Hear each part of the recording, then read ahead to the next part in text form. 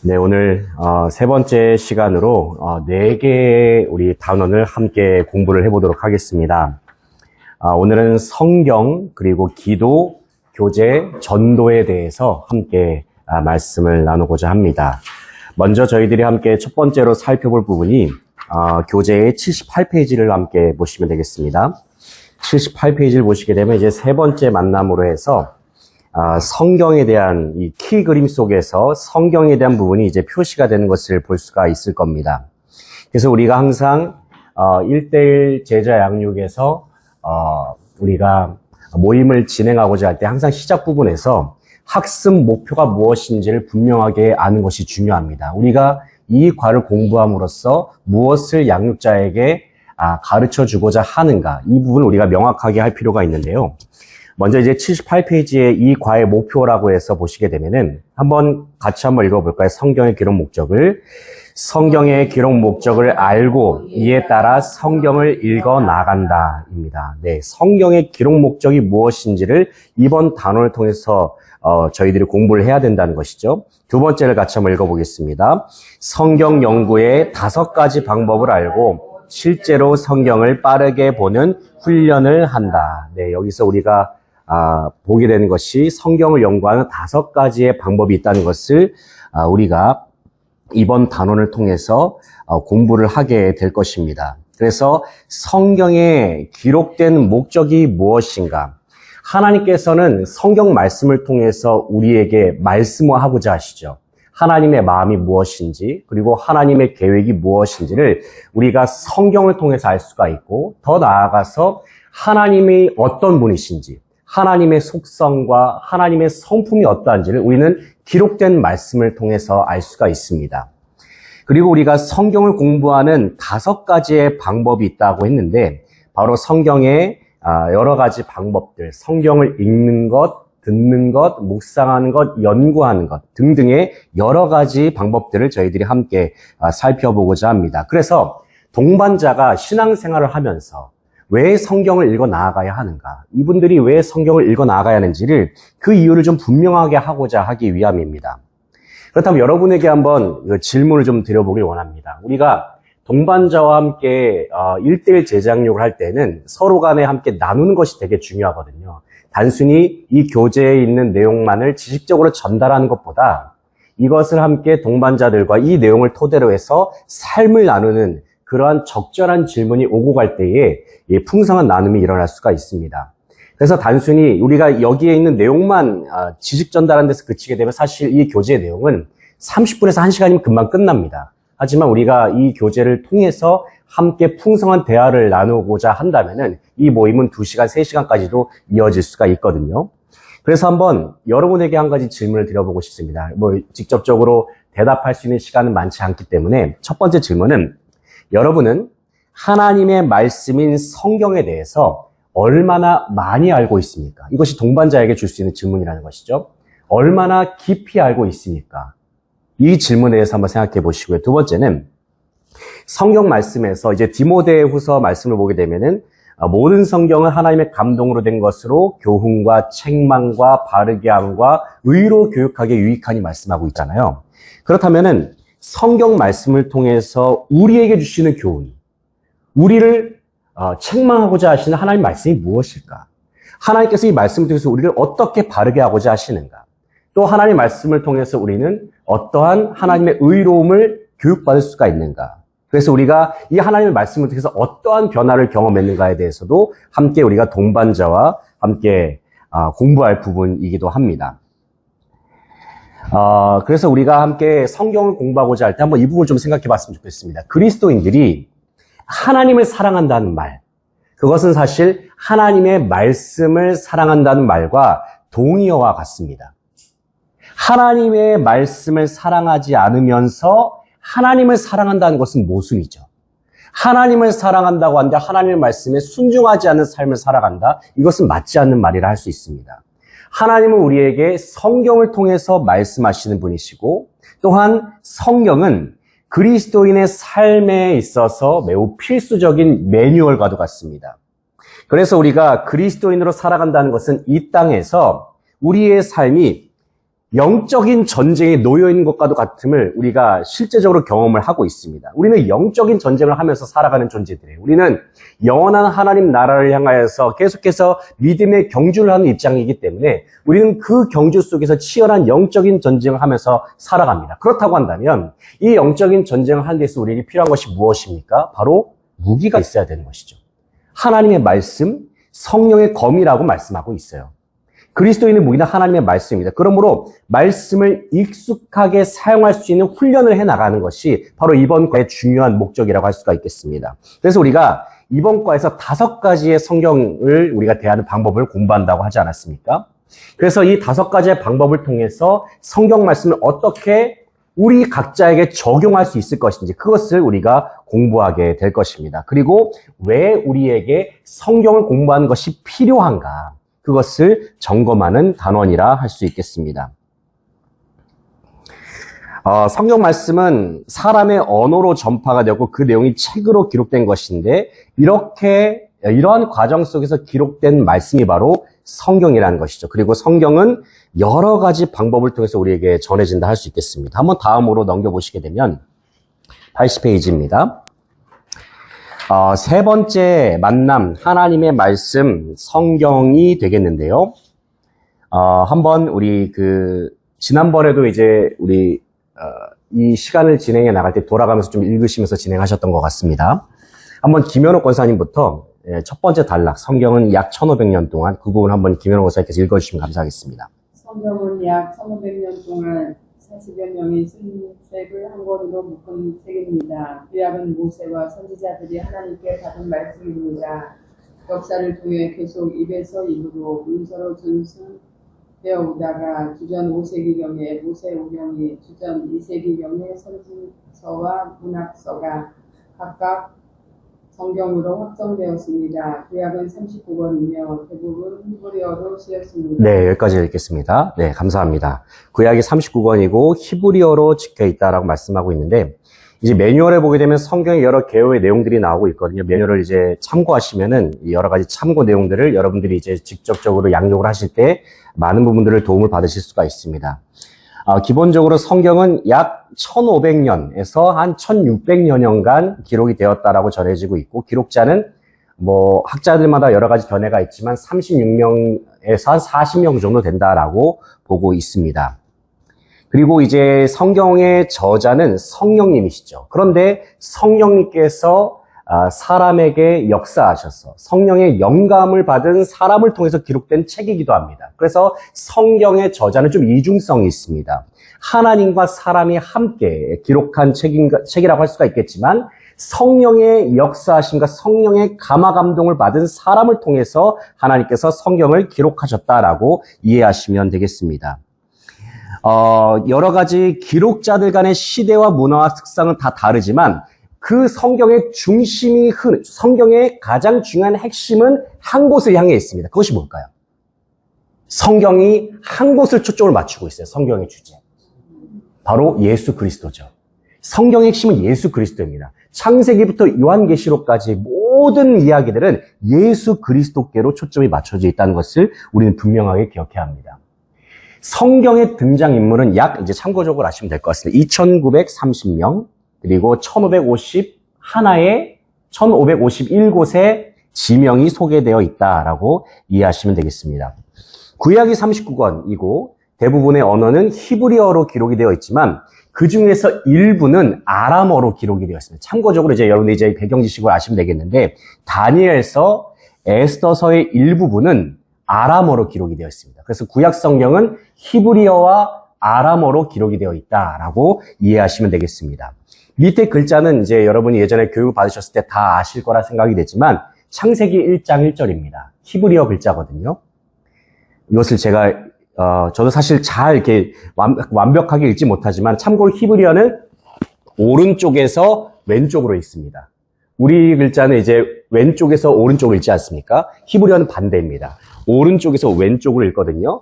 베레시트 바라 엘로힘 엣 하샤마임 벳 하아레츠. 창세기 1장 1절.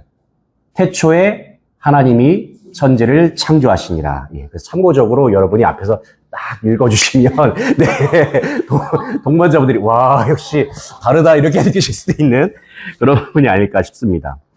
네, 그래서, 정리를 해보게 되면 성경은 두 가지로 나눠져 있죠. 구약과 신약입니다. 그래서 예수 그리스도의 강림 이전에 기록된 것이 구약이고요. 강림 이후에 기록된 것을 신약 성경이라고 말하고 있습니다. 그 다음 부분을 김선옥 권사님께서 신약은 그 부분 한번 읽어주시면 감사하겠습니다. 신약은 하나님의 감동을 받은 사도들의 기록과 서신을 모은 것입니다. 초기에는 그 내용이 구전되었고 사도들이나 그 계승자들이 살아있어서 지금처럼 확정되지 않은 채 있다가 주 42경에 지금의 성경이 전경으로 채택되었습니다.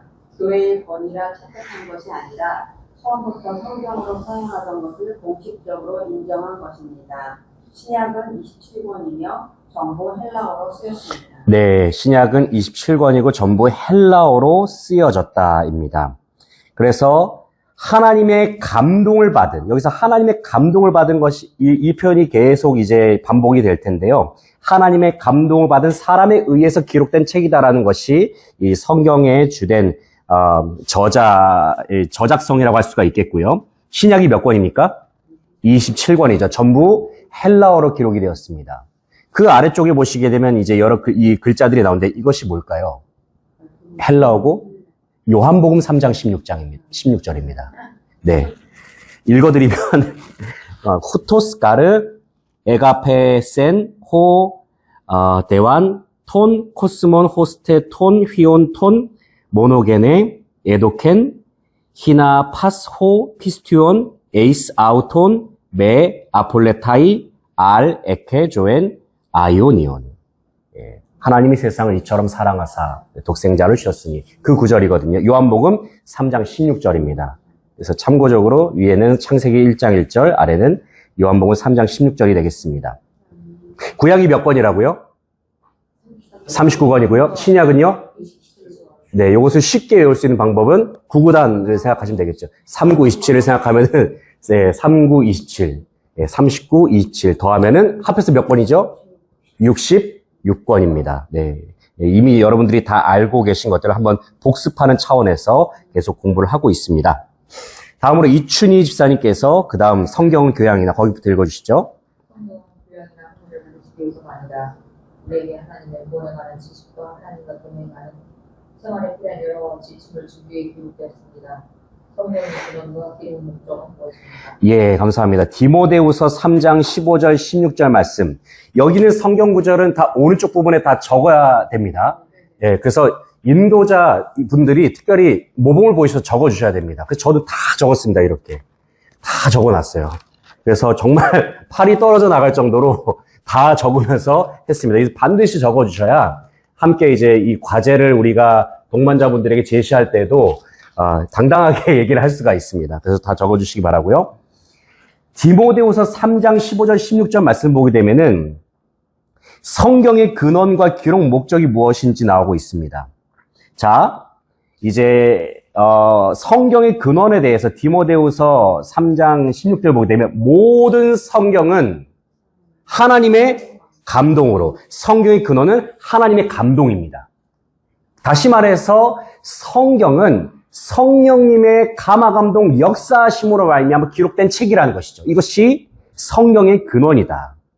그리고 기록 목적은 그 다음 부분에 나옵니다. 기록 목적이 무엇이냐면은 혹시 성경을 적어오신 분들은 옆에 부분을 보시면 되겠지만 만약 없으신 분들은 찾으시면서 하셔도 되겠습니다. 저희 뒤편에 성경책이 있으니까 한번 보시면 되겠고요. 기록 목적이 무엇이냐면은 모든 성경은 하나님의 감동으로 된 것으로 교훈과 책망과 바르게 함과 의로 교육하기에 유익하니 이것이 기록 목적이라는 것이죠. 그래서 교훈과 책망과 바르게 함과 의로 교육하기에 유익하다. 교훈, 책망, 바르게 함, 의로 교육함. 이것이 결국에는 그 앞절에 이렇게 나와요. 3장 15절 말씀 보게 되면 또 어려서부터 성경을 알았나니 성경은 능히 너로 하여금 그리스도 예수 안에 있는 믿음으로 말미암아 구원에 이르는 지혜가 있게 하느니라. 구원에 이르는 지혜. 여기서 여러 가지 이제 성경의 목적을 우리가 정리해 볼 수가 있습니다. 첫 번째, 성경의 기록 목적은 구원과 성화를 위해서다. 이것이 첫 번째 목적이고요. 그 다음에 이어지는 여러 가지 목적들이 교훈, 책망, 바르게 함과 의로 교육하는 것들, 이것이 바로 성경의 기록 목적이라고 할 수가 있겠습니다.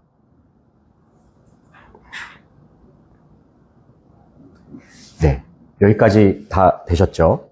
네, 성경의 목적이 기본적으로 1:1 제자 양육에 대한 내용들은 기초적인 부분들이 많기 때문에 한번 우리가 그동안에 들어왔던 내용들을 한번 정리하는 차원에서 우리가 함께 공부하신다 생각하시면 되겠습니다. 82페이지를 보시게 되면요. 성경 전체의 중심 인물이 누구입니까? 라고 말씀하고 있어요.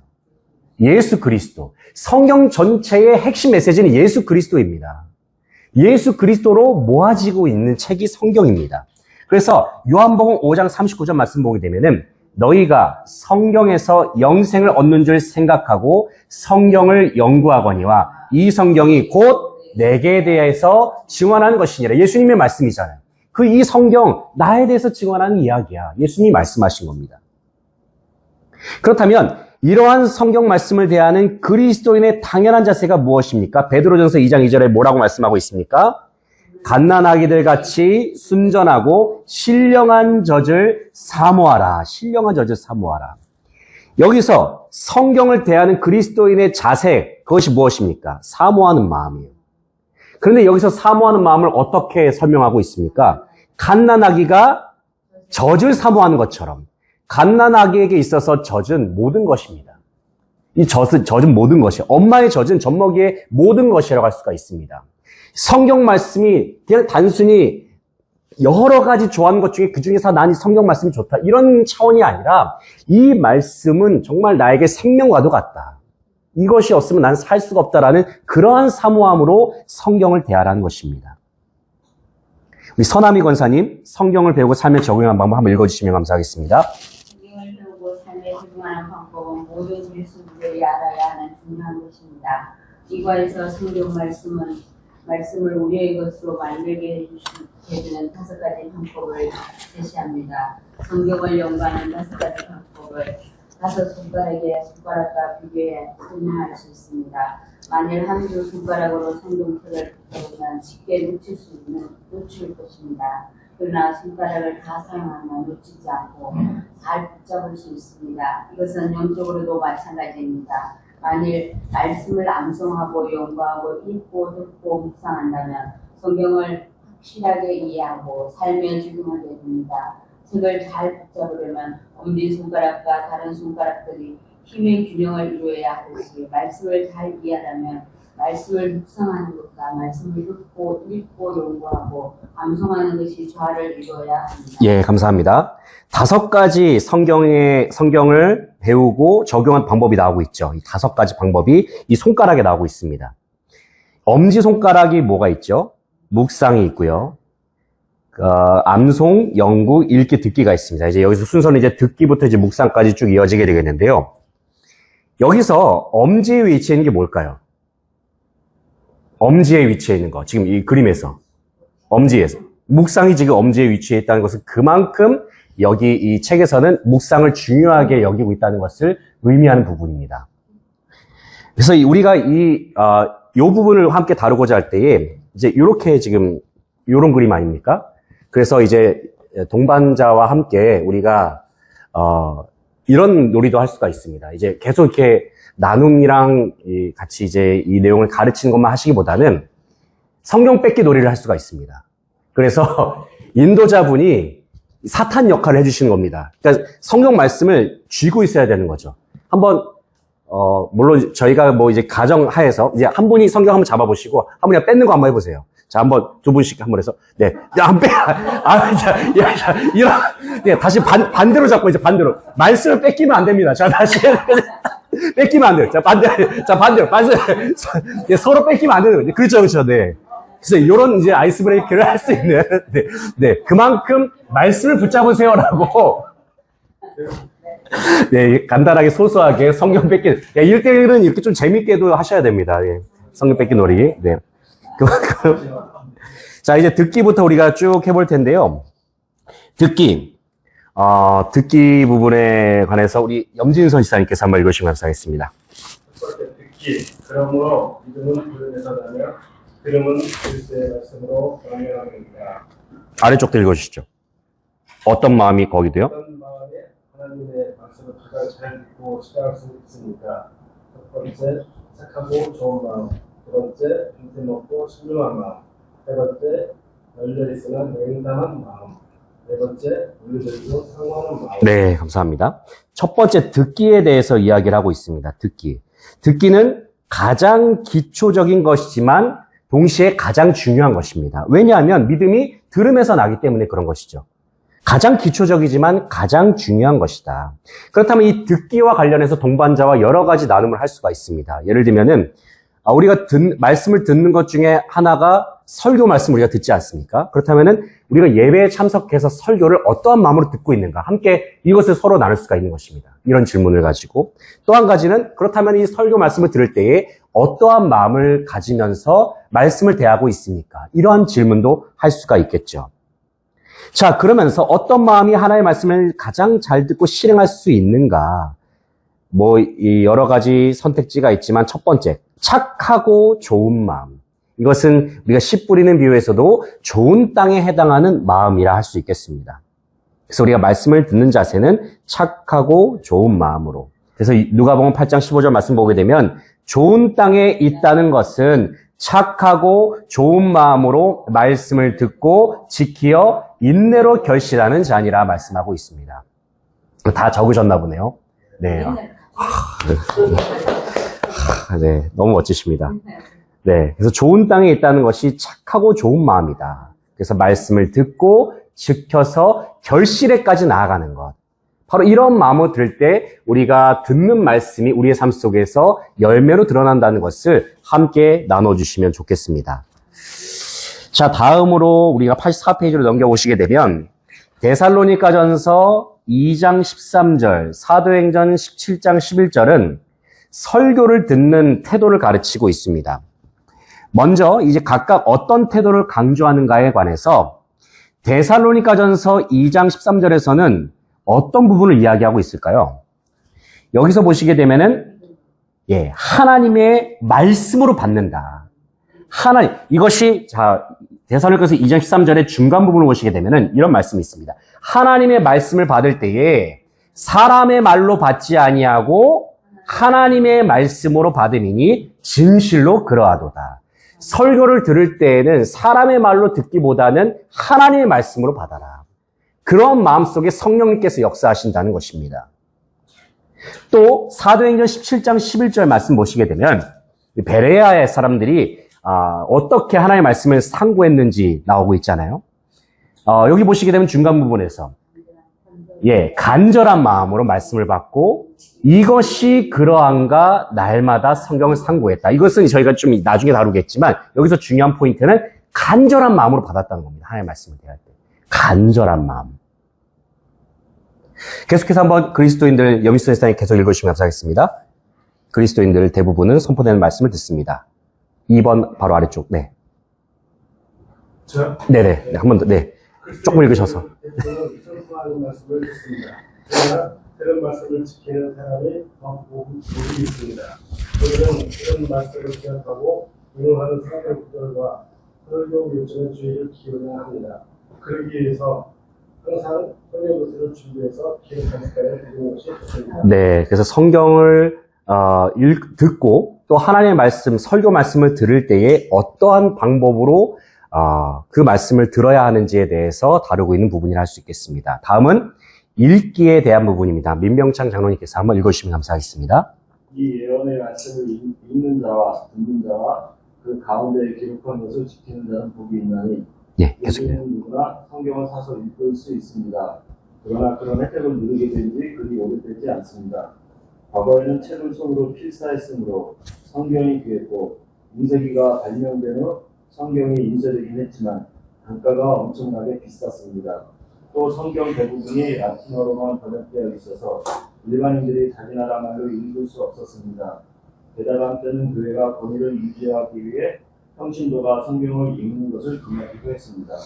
역사적으로 볼 때에 참 이렇게 성경을 읽기가 어려웠던 지난 역사가 얼마나 많습니까? 우리나라뿐만 아니라 유럽만 하더라도, 우리 종교개혁 시대 그 이전만 하더라도, 로마 카톨릭 그 교회 안에서는 이 성경 말씀이 대중화가 되는 것을 상당히 그 당시에 꺼려했다는 것을 우리가 생각할 때에, 오늘날과 같이 우리가 우리의 손에 성경을 직접 쥐면서 하나님의 말씀을 대할 수 있다는 것이 얼마나 감사한 일인가를 생각하게 됩니다. 우리가 성경 읽기에 대한 부분을 함께 동반자와 이야기를 나누고자 할 때에 어떤 질문을 할 수가 있을까요?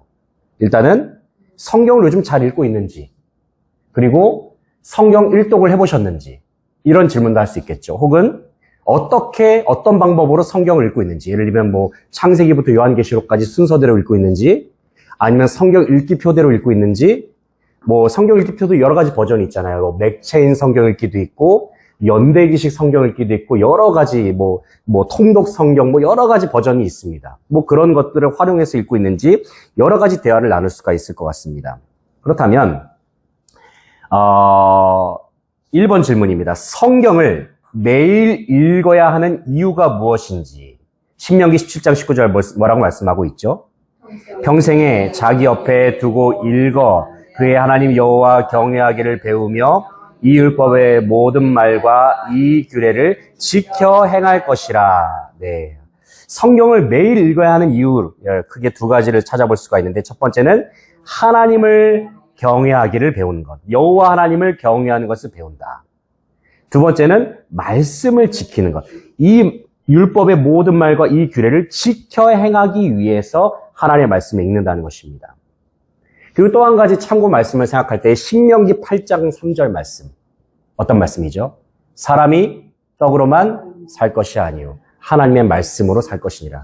저는 이제 이 신명기 8장 3절 말씀을 외울 때에 신떡 파세라고 외웠습니다. 옛날에 신대원 입시 준비할 때 사람이 떡으로만 살 것이 아니요 그래서 신명기의 떡은 파세 8장 3절에 나온다 해서 이런 식으로 외웠던 기억이 나는데요.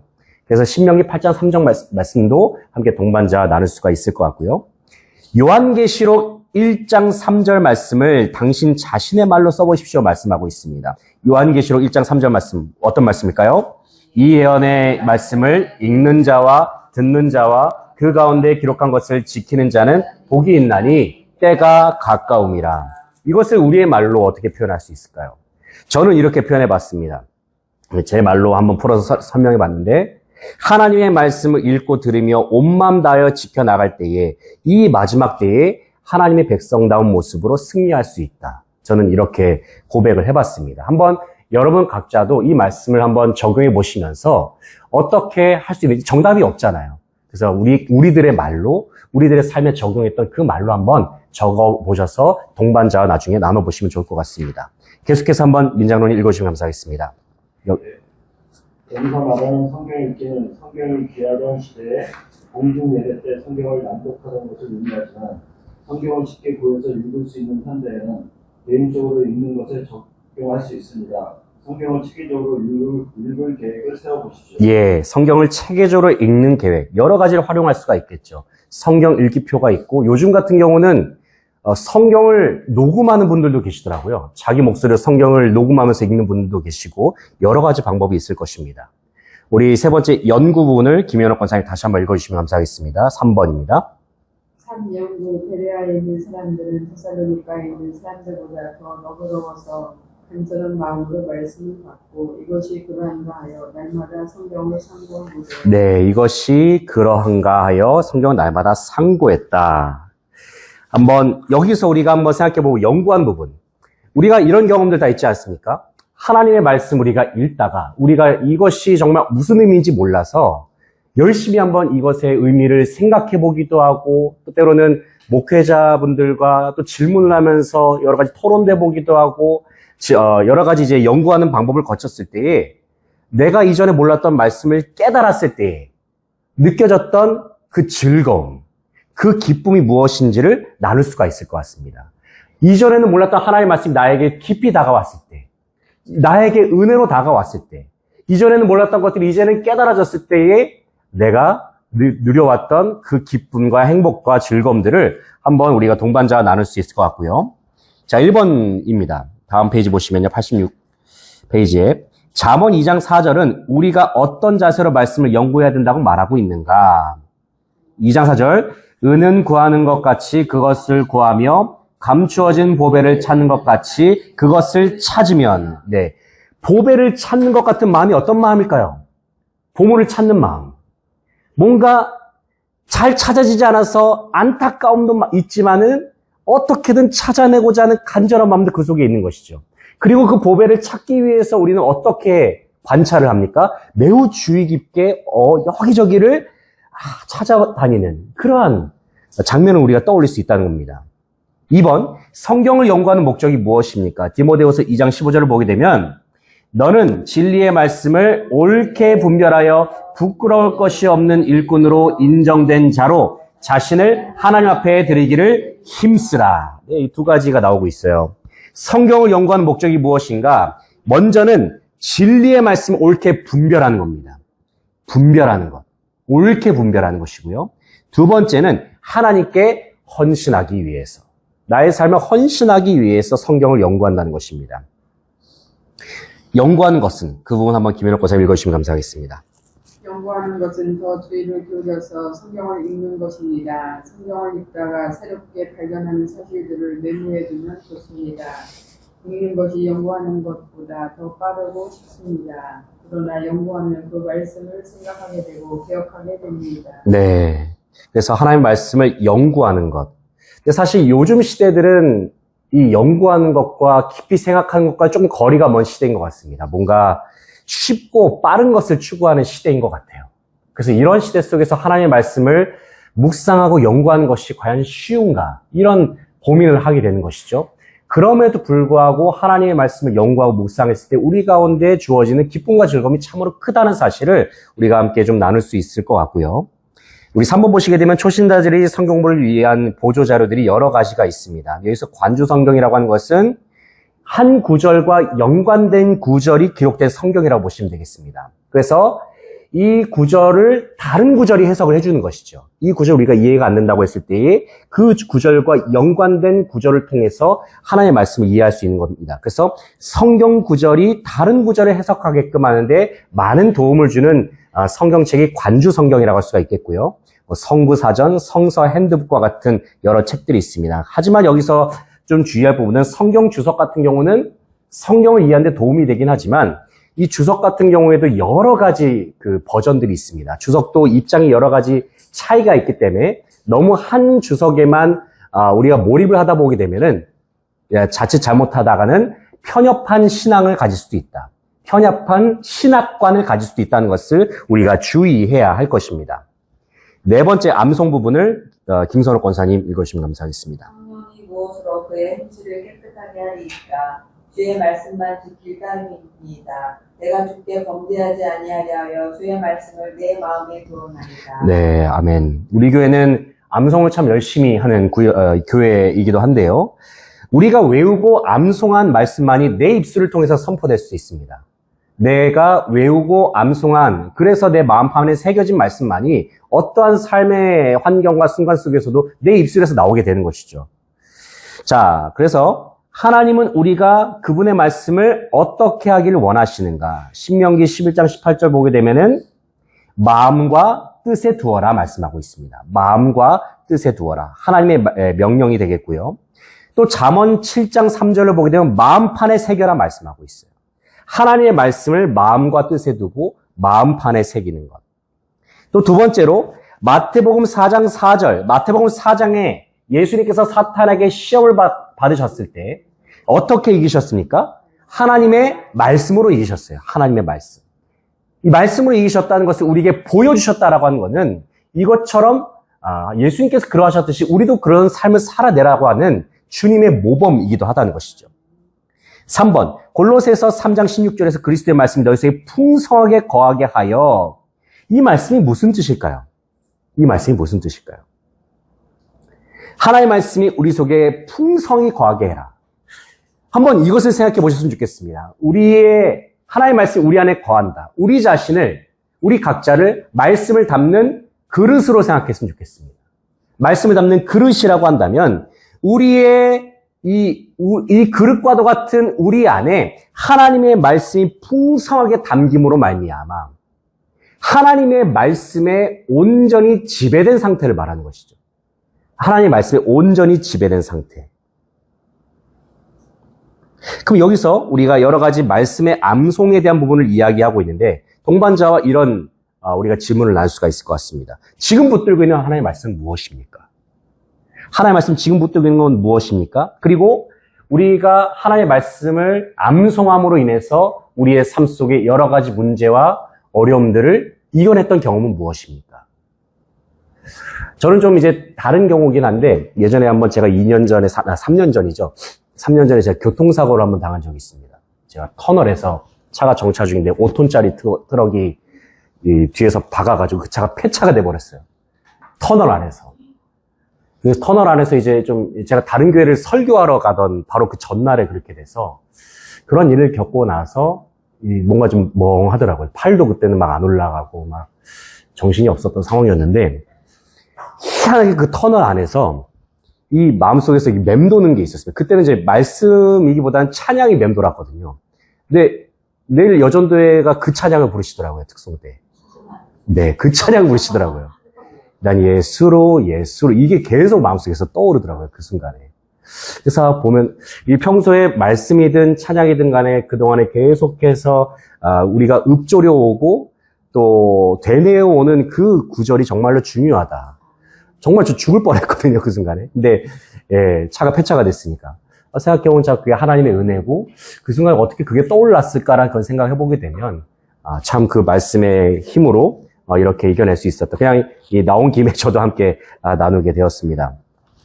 아무튼 여러분이 함께 동반자 나누면서 말씀으로 말미암아서 은혜를 경험했던 그 순간을 함께 나눠주시면 어떨까 싶습니다. 그래서 보시게 되면은 하나님의 말씀을 오래 기억하기 위해 시간을 투자해서 성경 구절을 암기하는 것보다 더 유익한 방법은 없다.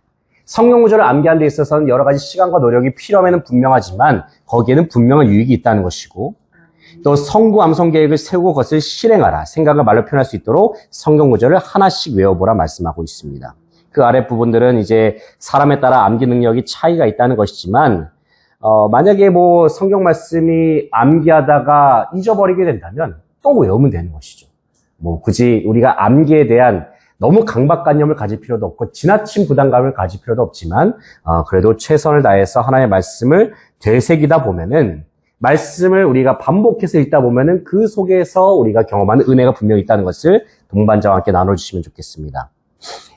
5번 묵상에 대한 부분인데 이제 이춘희 집사님 한번 묵상 말씀해 주시죠. 복 있는 사람은 자기들의 길을 따르지 아니하고 죄인들의 길에 서지 아니하고 오만한 자들의 자리에 앉지 아니하고 여호와의 율법을 즐거워하여 그의 율법을 주야로 묵상하는 도다.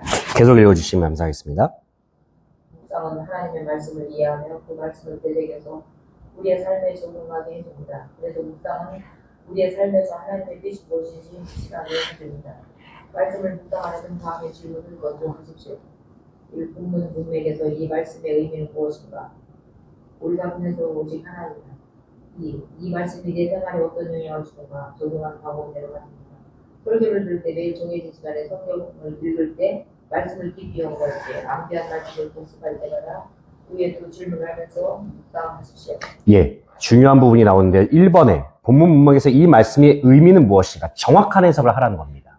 성경을 해석할 때에는 이 성경이 말하고자 하는 바가 무엇인지를 정확하게 찾아내는 작업이 중요하다는 겁니다. 그래서 올바른 해석은 오직 하나라는 것이 그러한 의미가 되겠고요. 하지만 그 말씀을 내 삶 속에서 적용하는 것은 다른 문제라는 것이죠. 그 정확한 원리를 가지고 각자의 삶 속에서 그것이 발현된 것은 다양한 모습으로 나타날 수 있다는 겁니다. 왜 그렇습니까? 우리의 삶의 자리가 다 다르기 때문에 그렇습니다. 그래서 적용하는 방법은 여러 가지라는 것이고요. 자, 하나님의 말씀을 끊임없이 묵상한 자에게 어떤 약속을 주십니까? 시편에서는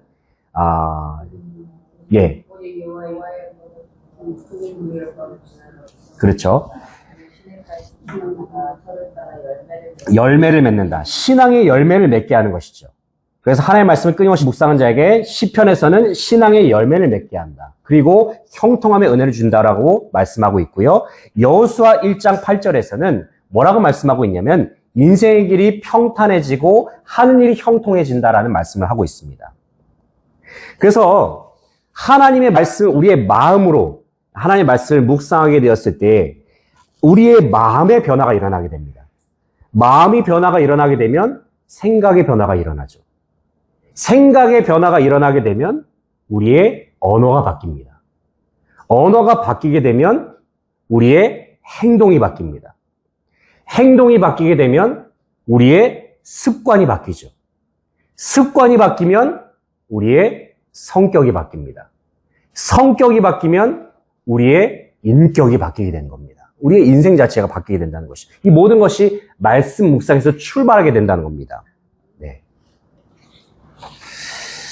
내용은 많이 준비했지만 좀 많이 스킵하면서 하겠습니다. 네. 네, 누가복음 6장 45절 생각해 보라고 말씀하고 있는데요. 90페이지에. 하나님의 말씀에 대한 묵상이 여러분의 말과 행동에 영향을 줄 수 있다고 생각합니까? 그렇다면 어떻게 영향을 줄 수 있다고 생각합니까? 라고 말씀하고 있어요. 자, 여기서 이 부분을 생각할 때 우리가 동반자와 함께 나눌 수 있는 질문 중에 하나가 무엇입니까? 전 이걸 나눌 수 있을 것 같아요. 요즘 내 마음속에 무엇이 가득 차 있습니까? 우리 마음속에 가득 차 있는 게 결국에는 내가 묵상하는 거잖아요. 난 무엇을 묵상하고 있냐? 사실 말씀 묵상하는 것보다 우리가 다른 거 묵상할 때도 많지 않습니까? 사람 묵상할 때도 있고, 인생의 문제를 묵상할 때도 있고, 우리 인생의 상황을 묵상할 때도 있지 않습니까? 그래서 나는 지금 무엇을 묵상하고 있는가? 이 질문을 함께 나눌 수가 있을 것 같고요. 자, 하나님의 말씀을 이해하려면 부지런히 배운 것 외에 어떻게 해야 합니까? 성령님께 깨닫는 능력을 달라고 우리가 도움의 손길을 구해야 하는 것이죠. 우리가 하나님의 말씀을 내 생각과 내 실력으로 하나님의 말씀을 깨달을 수 있는 것이 아니지 않습니까? 성경의 저자에게 물어야 합니다.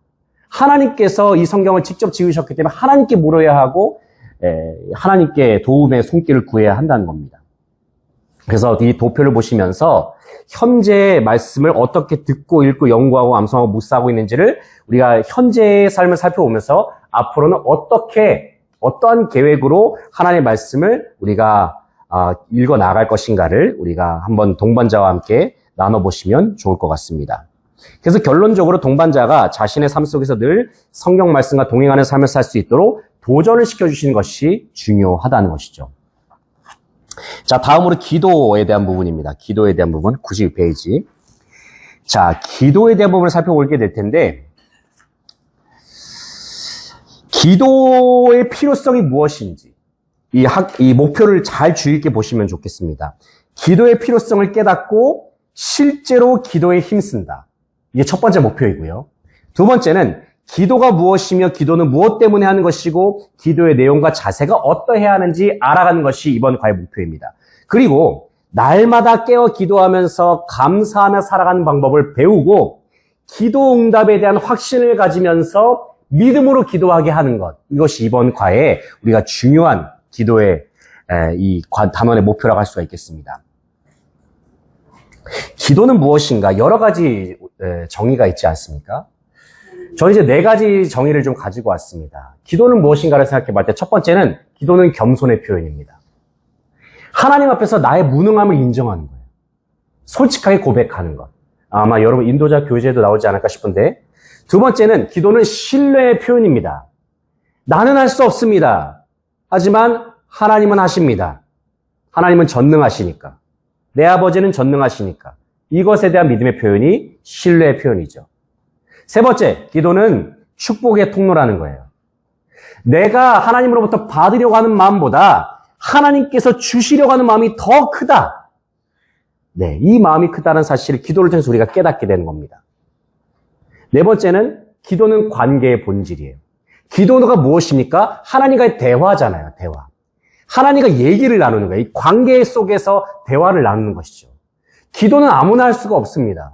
기도는 하나님께 기도할 수 있는 대상은 하나님의 자녀만 할 수 있는 겁니다. 아무나 할 수가 없는 거거든요.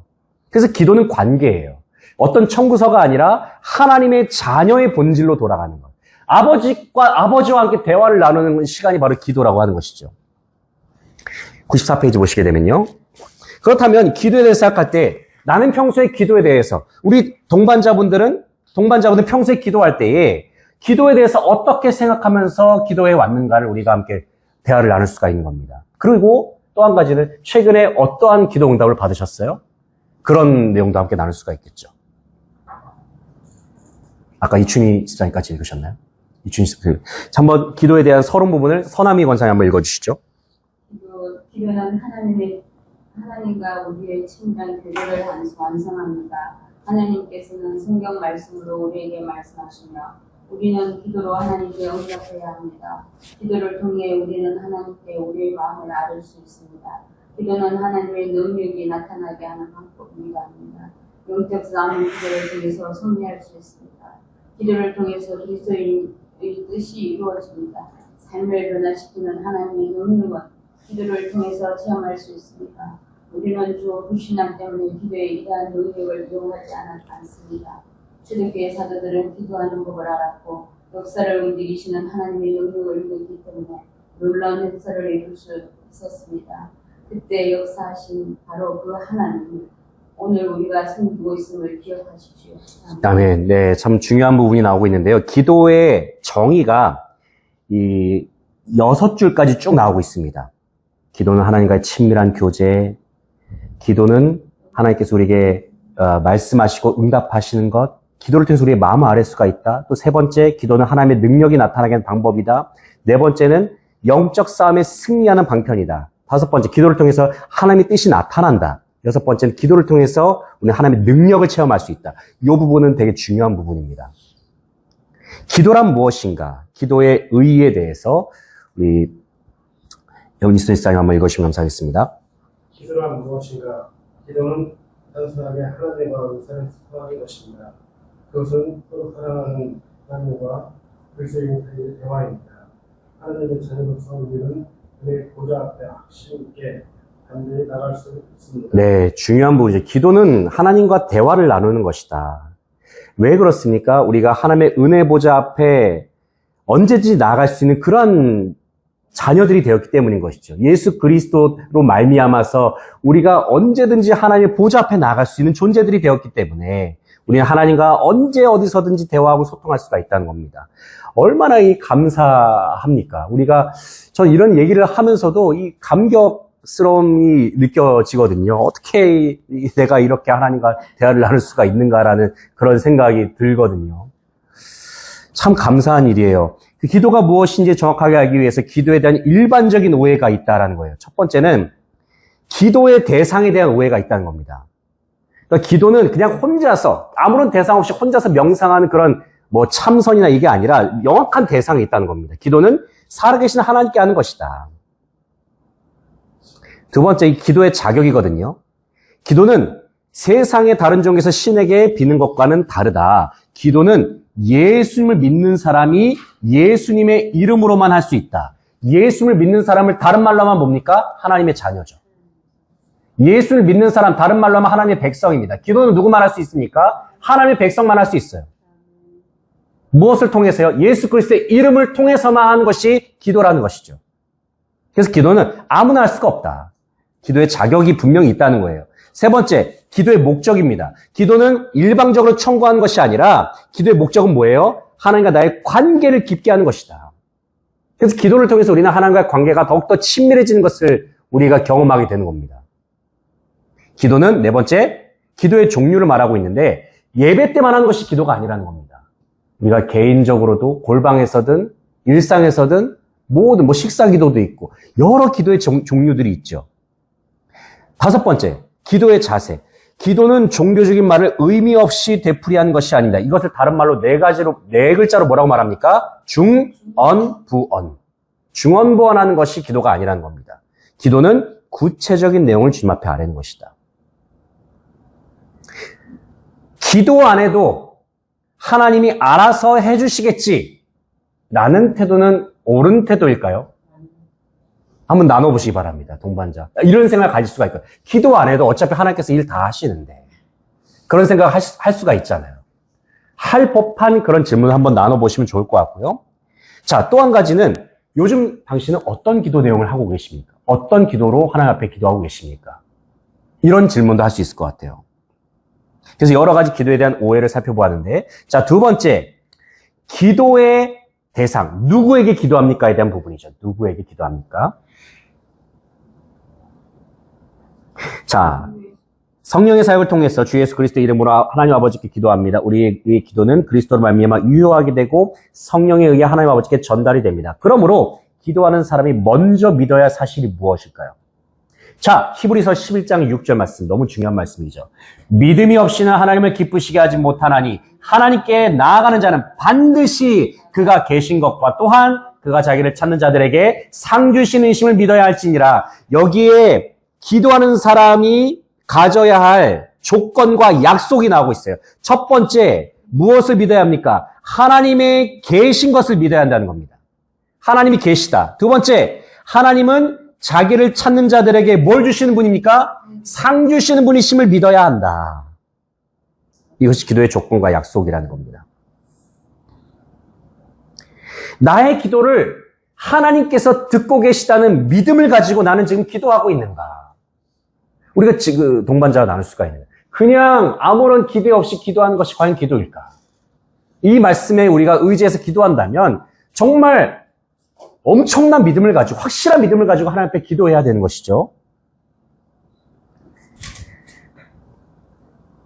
2번 질문. 하나님은 삼위의 인격체 중에 한 분이시기 때문에 예수님이나 성령께도 기도할 수 있습니다. 그러나 예수님이 가르친 성경적인 모범은 하나님께 기도하는 것입니다. 우리가 기도할 때에 누가 우리를 위한 중보자가 되십니까? 로마서 8장 34절 말씀에서는 예수 그리스도께서 우리의 중보자가 되신다 말씀하고 있어요.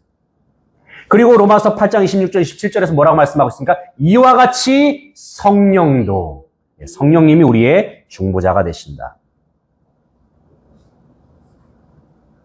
원래는 우리가 하나님께로 나아갈 수 없는 존재들이었습니다. 인간이. 그런데 하나님과 인간 사이에 다가갈 수 없는 그 간극을 누가 이어주셨습니까? 예수님께서 이어주셨어요. 예수님께서 십자가에 달려 죽으심으로 말미암아 하나님과 인간 사이에 십자가라고 하는 다리가 이어지게 된 거예요. 우리가 그 십자가에 죽으신 그리고 부활하신 예수 그리스도의 이름에 힘입어서 우리는 하나님 앞에 그 중보자 되신 예수 그리스도의 이름에 힘입어서 우리는 하나님 앞에 기도할 수가 있다는 겁니다. 예수 그리스도의 이름으로 말미암아. 세 번째, 누가 기도할 수가 있습니까? 한번 우리 민병찬 장로님 한번 읽어주시면 감사하겠습니다. 누가 기도할 수 있습니까? 그리스도께 속한 사람이 기도할 수 있습니다. 하나님이 아닌 다른 신들을 믿는 사람이라도 본능적으로 기도는 합니다. 그러나 이러한 무기한 기도에는 위험이 따릅니다. 진정한 기도는 그리스도 안에서 하나님의 자녀가 된 사람만 할 수 있습니다. 아멘. 네. 기도는 이래서 기도가 특권인 거예요. 마지막 절, 진정한 기도는 그리스도 안에서 하나님의 자녀가 된 사람만 할 수 있다.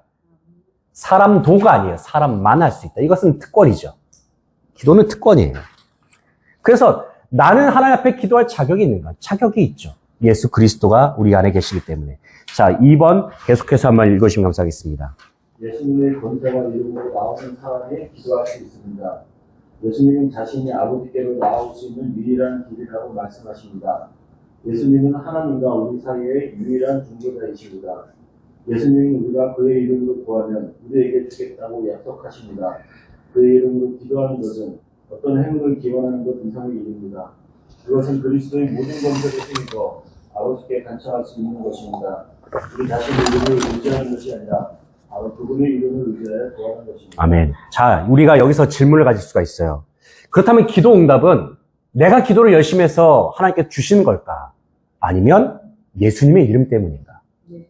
네. 우리가 이 질문을 동반자와 함께 나눌 수가 있게 되는 것이죠. 4번. 자, 제가 한번 읽어보겠습니다. 왜 기도해야 합니까? 하나님과 대화를 통해서 교제하기 위해서. 여기서 왜 기도해야 되는가는 기도의 목적을 말하는 것입니다. 하나님과 사랑의 관계를 유지하기 위해서 우리는 기도해야 된다. 하나님이 우리와 교제하기를 원하신다는 것이고요. 그래서 우리는 기도해야 합니다. 두 번째, 하나님을 영화롭게 하기 위해서 우리는 기도해야 합니다.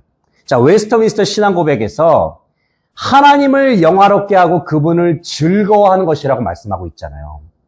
하나님을 영원토록 즐거워하는 것, 이것이 웨스터민스터 신앙고백에 나오는 구절 아닙니까?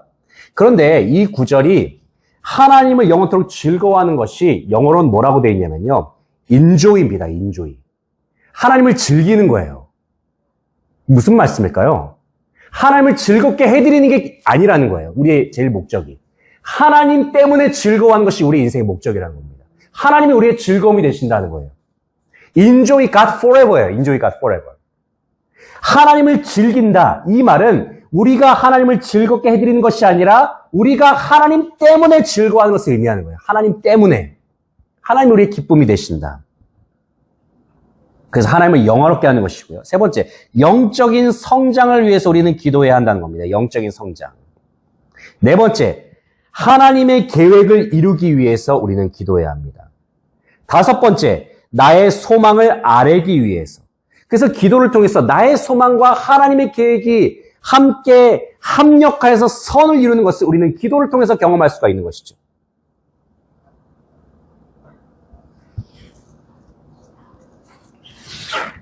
제가 사실 오늘 강의 어떻게 해야 되나 상당히 많이 이제 떨면서 어떻게 인도를 해야 되나 참 걱정을 많이 했는데 네. 감사합니다. 또 하나님께서 또 저에게 그런 마음을 또 주셔서 저도 이렇게 하게 되네요. 너무 잘 들어주셔서 감사합니다. 우리 5번 언제 기도해야 합니까?에 대해서 우리 김은옥 고사님 한번 첫 번째 한번 읽으시면 감사해요. 끊임없이부터요.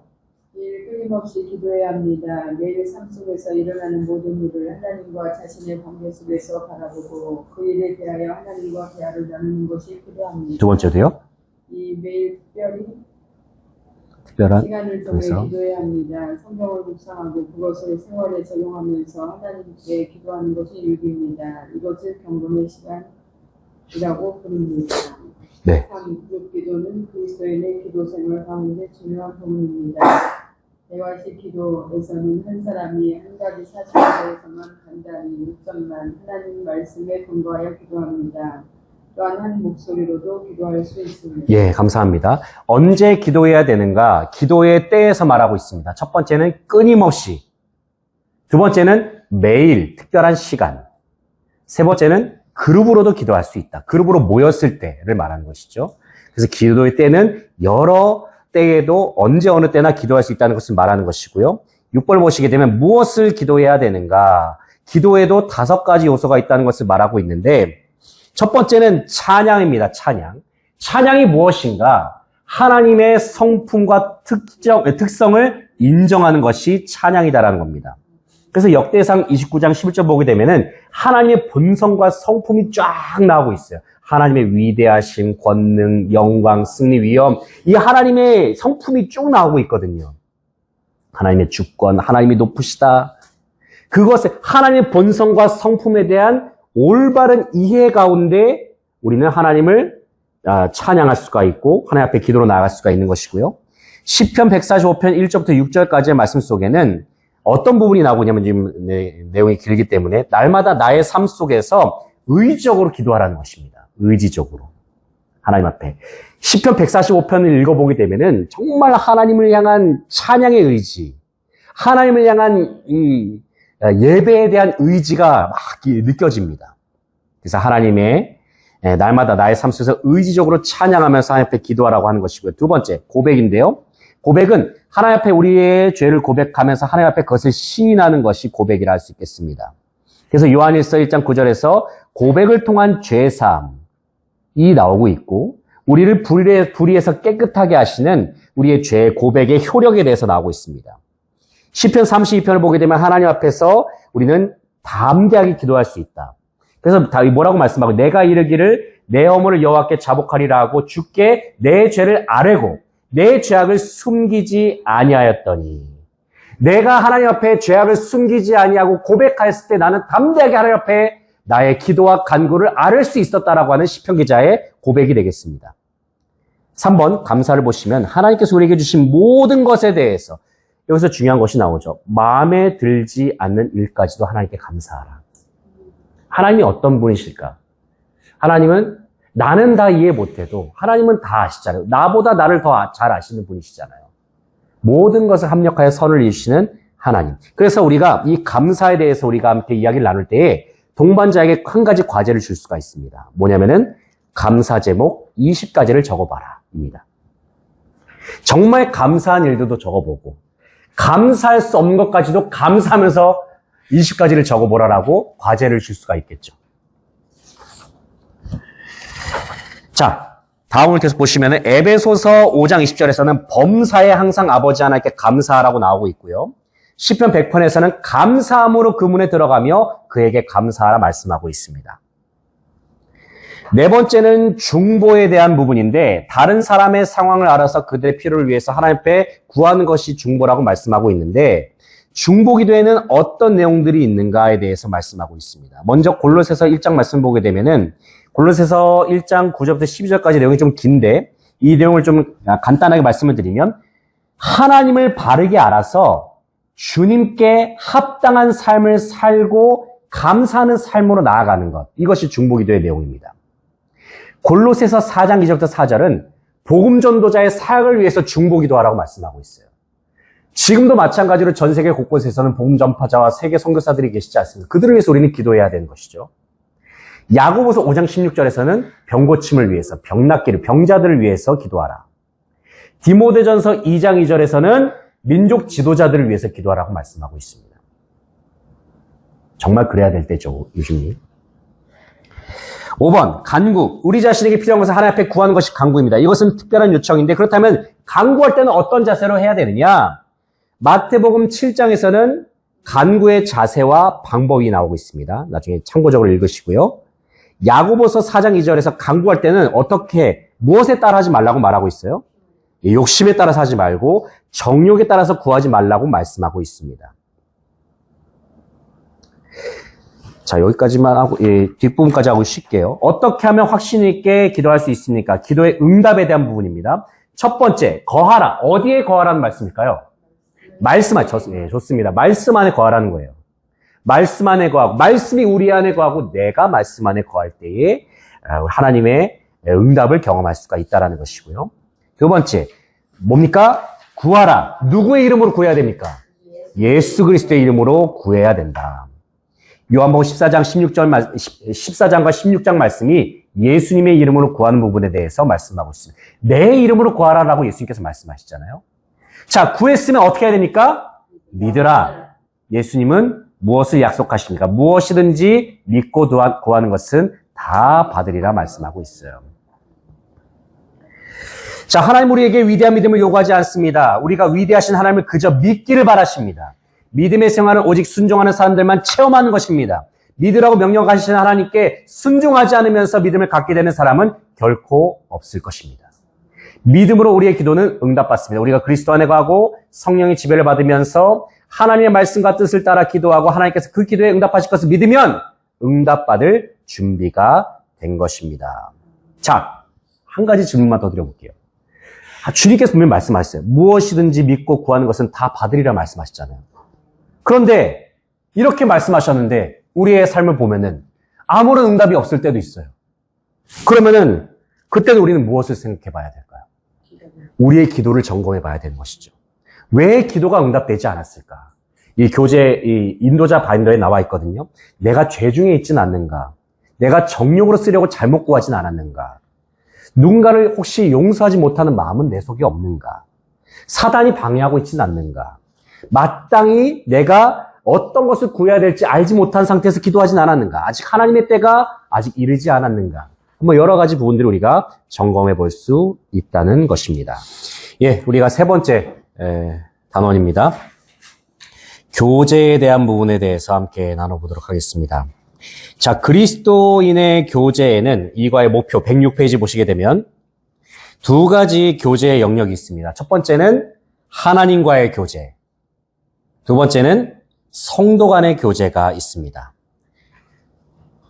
그런데 교회가 이 교제 공동체이기도 하지 않습니까? 주님의 몸을 이루고 있는 여러 지체들이 모인 공동체라고 할 수가 있는데 그 지체들이 예수 그리스도 안에서 하나됨이라고 하는 특징과 있음과 동시에 그 안에는 다양성이 존재한다라고 하는 것이죠. 하나됨과 다양성이 어떻게 예수 그리스도 안에서 조화를 이룰 수 있는가? 그래서 어떻게 교회의 덕을 이루어 나아갈 수가 있는지를 우리가 이번 단원을 통해서 공부하게 될 것입니다. 자, 하나님과의 교제의 가장 중요한 방편은 바로 예배입니다.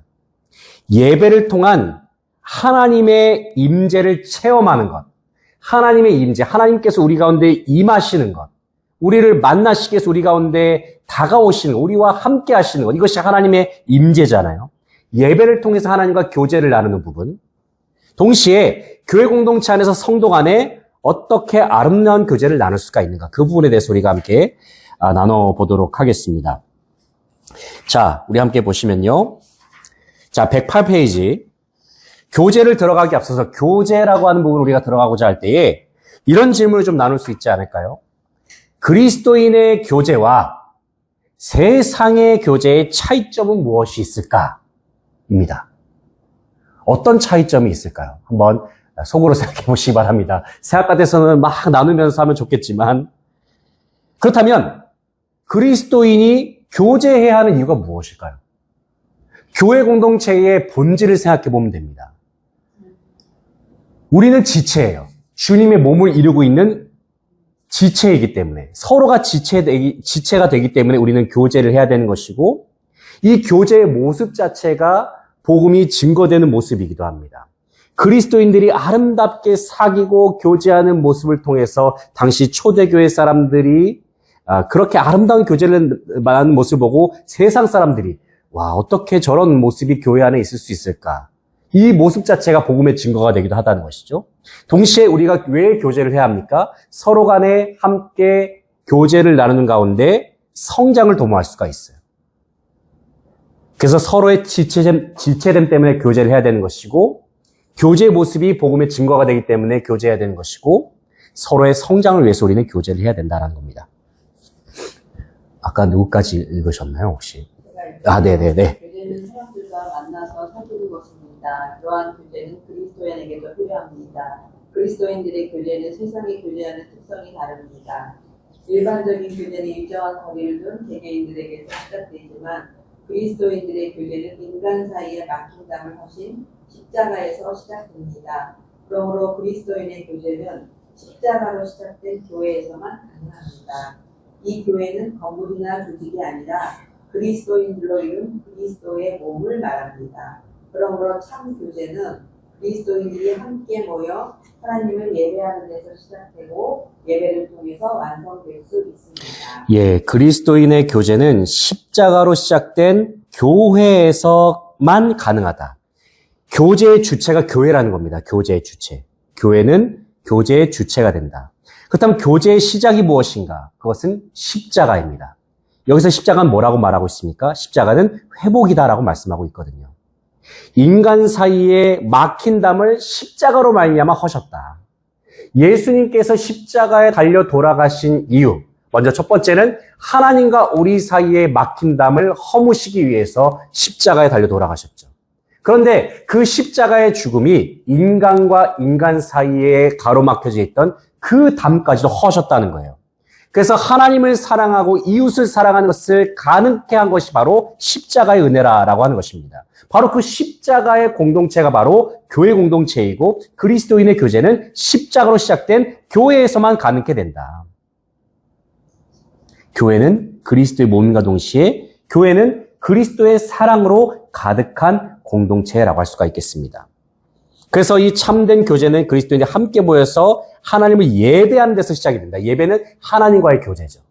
그런데 그 예배는 단순히 하나님과의 교제의 요소만 있는 것이 아니라 성도 간의 교제도 함께 포함이 되어 있습니다. 자, 그렇다면 예배에 대해서 저희들이 함께 나눠볼 텐데요. 이 질문을 한번 나눠볼까요? 기독교의 예배와 일반 세상의 예배, 세상에도 예배가 있습니다. 기독교만 예배가 있는 게 아니거든요. 세상의 예배와 기독교 예배가 차이가 있는 것이 뭘까요? 어떤 차이가 있습니까? 한번 나눠볼까요? 어떤 차이가 있다고 생각해요? 자유롭게 한번 말씀해 주시죠. 세상의 예배와 우상 숭배와 다른 점이 뭡니까? 하나님의 영광을 위해서 우리는 하나님의 영광을 위해서 그렇죠. 예배하는 거고, 네. 세상의 예배는 나의 삶에 대해서 계속 경건한 모습에 대해서 내가 좀 자꾸 나를 좀 존재한다 그러면 나의 삶을 우상에게 나의 삶을 나를 드리는 나를 어떻게 보면 대상에 대한 부분인 거죠. 대상에 대한 부분을 네, 아주 잘 말씀해 주셨습니다. 기독교 예배와 우상 숭배와 다른 점은 뭐냐? 한마디로 대상의 차이가 있다는 것이죠. 대상의 차이점이 있다. 한번 이 부분에서 한번 고민해 보시면서 동반자 나누셔도 좋을 것 같고, 자, 또 한 가지. 방금 이제 나를 이제 그 부분을 말씀해 주셨는데, 하나님을 위한 예배와 나 자신의 만족을 위한 예배는 어떤 차이가 있을까? 다른 예배는 나 자신을 위한 만족을 위한 예배도 많거든요. 나의 어떤 소원 성취를 위해서 드린 예배도 많고. 한번 그 부분에 대해서 한번 질문을 나눠보시면서 예배에 대해서 들어가시면 좋을 것 같은데요. 자, 그 다음 부분 이춘희 집사님 한번 읽어주시면 감사하겠습니다. 예배하러 교회에 가는 사람들.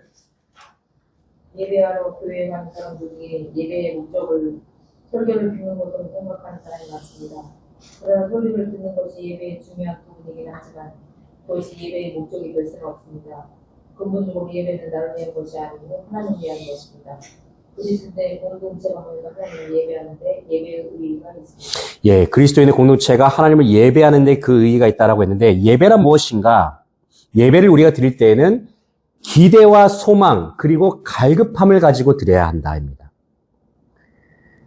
우리의 문제가 무엇이냐면, 일반적인 교회 예배의 문제가 무엇이냐면은, 우리 교회가 아니라 뭐 여러 가지 이제 일반적인 사례를 얘기하는 것인데, 교회에 온 것으로 인해서, 그냥 교회 예배 출석한 것으로 인해서 그것으로만 만족하는 경우가 많다는 것이죠. 정작 그 예배를 드림으로 말미암아 하나님을 만나는 데까지로 나가야 되는데, 거기까지 못 나가는 것이 일반적인 그 예배 모습의 문제라고 할 수가 있겠습니다. 그래서 예배는 하나님과 나 사이에 그 어떤 것도 끼어들지 못하게 만들어야 합니다. 우리가 하나님을 만나러 예배에 왔지 어떤 그냥 예배에 참석의 의의를 두고 예배에 참여하는 것이 아니지 않습니까? 이 예배를 통해서 우리가 하나님과 교제를 나누는 것이 가장 첫 번째 목적인 것이죠. 자, 그래서 1번 질문이 이거예요. 하나님이 우리 예배를 통해서 원하시는 바가 무엇인가? 예배의 목적에 대한 질문이 되겠습니다.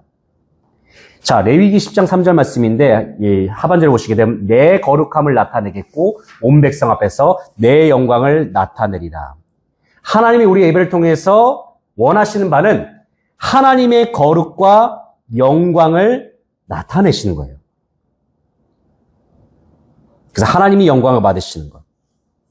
그래서 예배는 거룩하신 하나님께 드리는 것이다. 나는 누구를 위해서 예배를 드리고 있는가? 지금 이 예배 시간은 누구를 위한 시간인가? 우리는 그러한 질문을 가지게 되는 것이죠.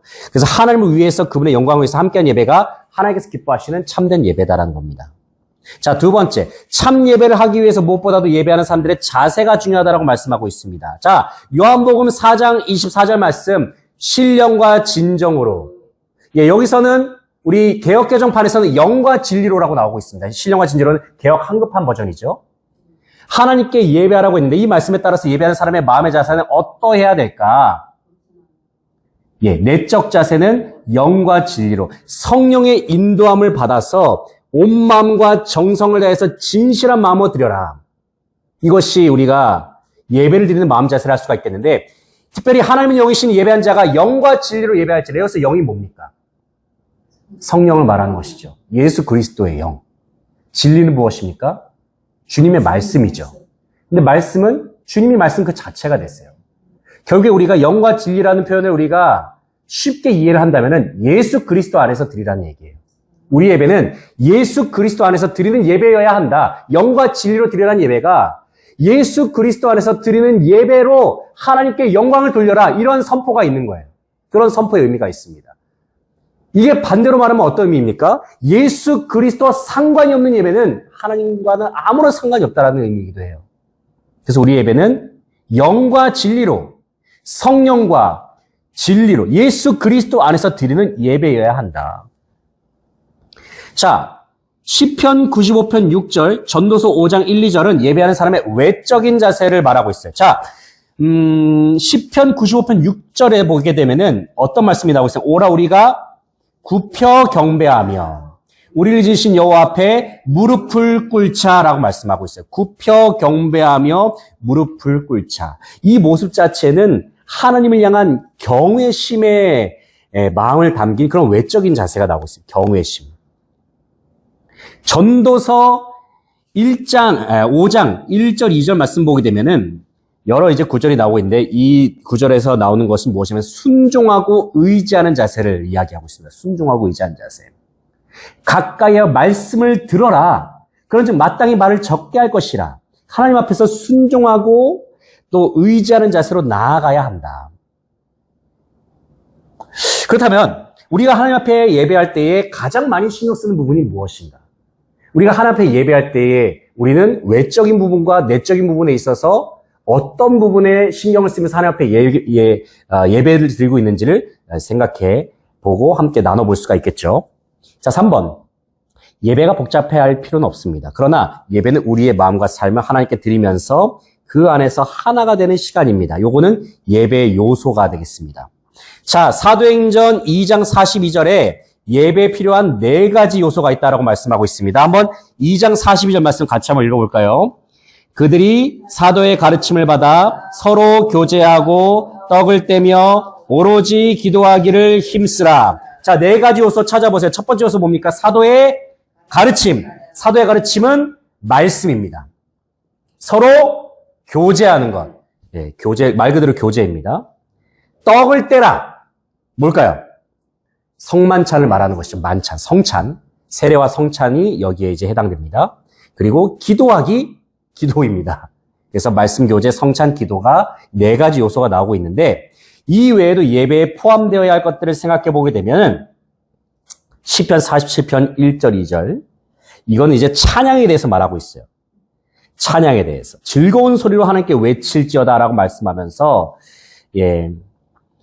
지존하신 여호와는 두려우시고 온 땅에 큰 왕이 되심이로다. 우리가 예배에 포함되어야 될 것도 여러 요소들이 있다고 한다면 헌금도 있을 것이고 찬양도 있을 것이죠. 그래서 우리가 찬양에 대해서 4번 질문을 이어서 해보게 되면 찬양은 하나님을 예배하는 데 있어서 가장 중요한 요소라고 할 수가 있습니다. 예배에서 찬양은 너무나도 중요해요. 찬양의 문이 열리게 되면 무엇이 열릴까요? 예배자의 마음의 문이 열려요. 마음의 문이 열리면 기도의 문이 열립니다. 우리의 마음이 열면 하나님과 우리가 교제를 할 수가 있거든요. 마음의 문이 열리면 기도의 문이 열려요. 기도의 문이 열리면 축복의 문이 열리죠. 그래서 찬양의 문이 열리면 마음의 문이 열리고, 마음의 문이 열리면 기도의 문이 열리고, 기도의 문이 열리면 축복의 문이 열린다. 자, 1번.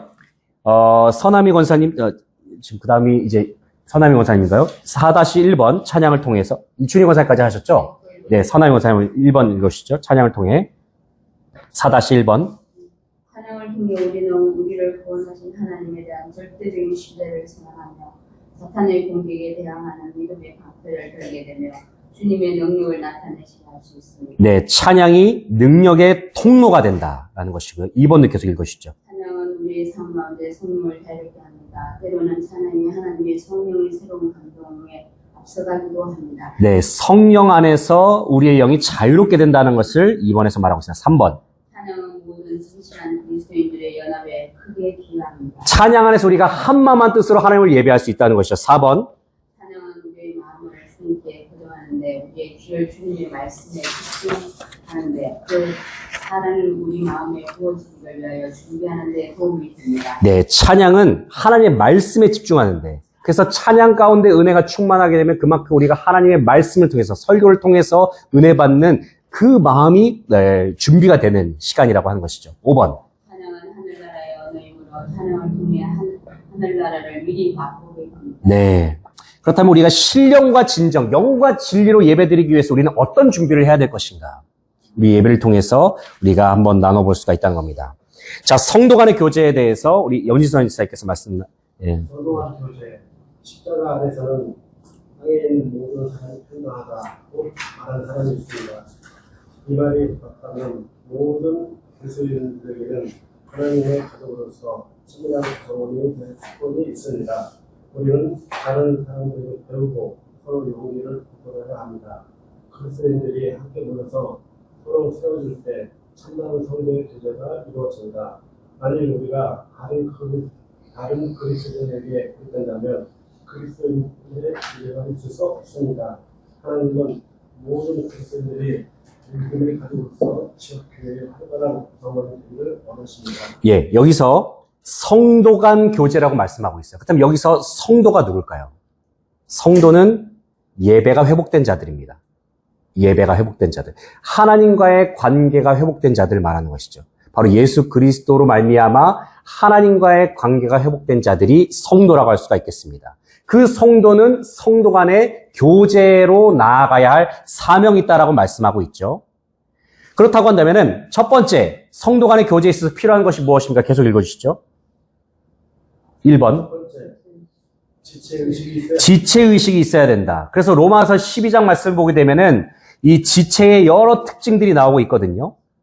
자, 그렇다면은 우리가 성도 간의 교제를 하는 데 있어서 교제가 원활하게 이루어지면 좋겠지만은 때로는 우리 교회 공동체 안에도 그것이 잘 이루어지지 않는 경우가 있습니다. 교제의 걸림돌은 흔히 일반적인 경우에는 우월감이나 열등감이 있을 때 이러한 교제에 걸림돌이 일어나는 경우가 많이 있습니다. 그래서 우리가 건강한 예수 그리스도 안에서 건강한 자존감을 가지고 서로를 존중하는 마음으로 아름다운 성도 간의 교제를 이루어 나가는 것이 매우 중요하다라고 하는 것이죠. 그래서 로마서 12장 5절을 보게 되면 이와 같이 우리 많은 사람이 그리스도 안에서 한 몸이 되어 서로 지체가 되었느니라. 모든 그리스도인은 서로 지체가 됩니다. 바울은 사람의 몸에 비하여 이 점을 설명했습니다. 고린도전서 12장 14절부터 26절까지의 말씀을 보게 되면은 여기서는 이 이야기를 하고 있어요. 되게 긴 내용이거든요. 요약을 해드리면은 바울이 이 얘기를 하고 있습니다. 여기서 모든 성도는 그리스도의 몸의 지체다라는 것을 이야기합니다. 그러면서 성령으로 모든 지체들은 그리스도의 한 몸을 이루게 된다. 그리고 세 번째로는 지체들의 위치와 결정에 따라서 지체들의 위치 결정과 또 은사가 분배되는 것은 철저하게 하나님의 주권에 달려있다는 것을 이야기해요. 은사는 하나님께서 주시는 것이다. 이 모든 것은 하나님의 주권 가운데 있다. 그리고 지체들은 서로 간에 만족하는 그런 의무가 있음과 동시에 상호 의존하는 관계임과 동시에 상호 존경해야 되는 그러한 관계라고 말씀하고 있습니다.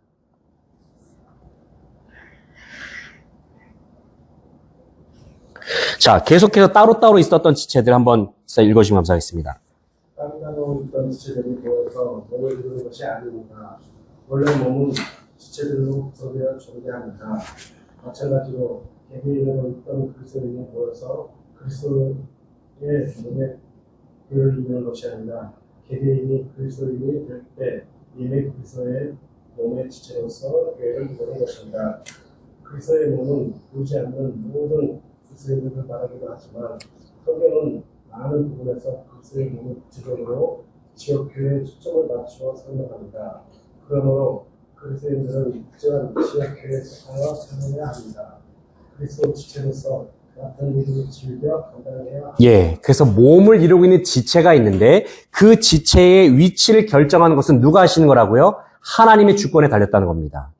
그리고 이 교회 공동체는 성령으로 그리스도와 한 몸을 이루는 공동체라고 하는 것인데 그 한 몸을 이루는 공동체 안에서 지체들은 상호 간에 의존하는 관계이고 상호 존경하는 관계임과 동시에 서로 간에 아름다운 관심을 기울이는 공동체다라는 것을 기억해야 할 것입니다.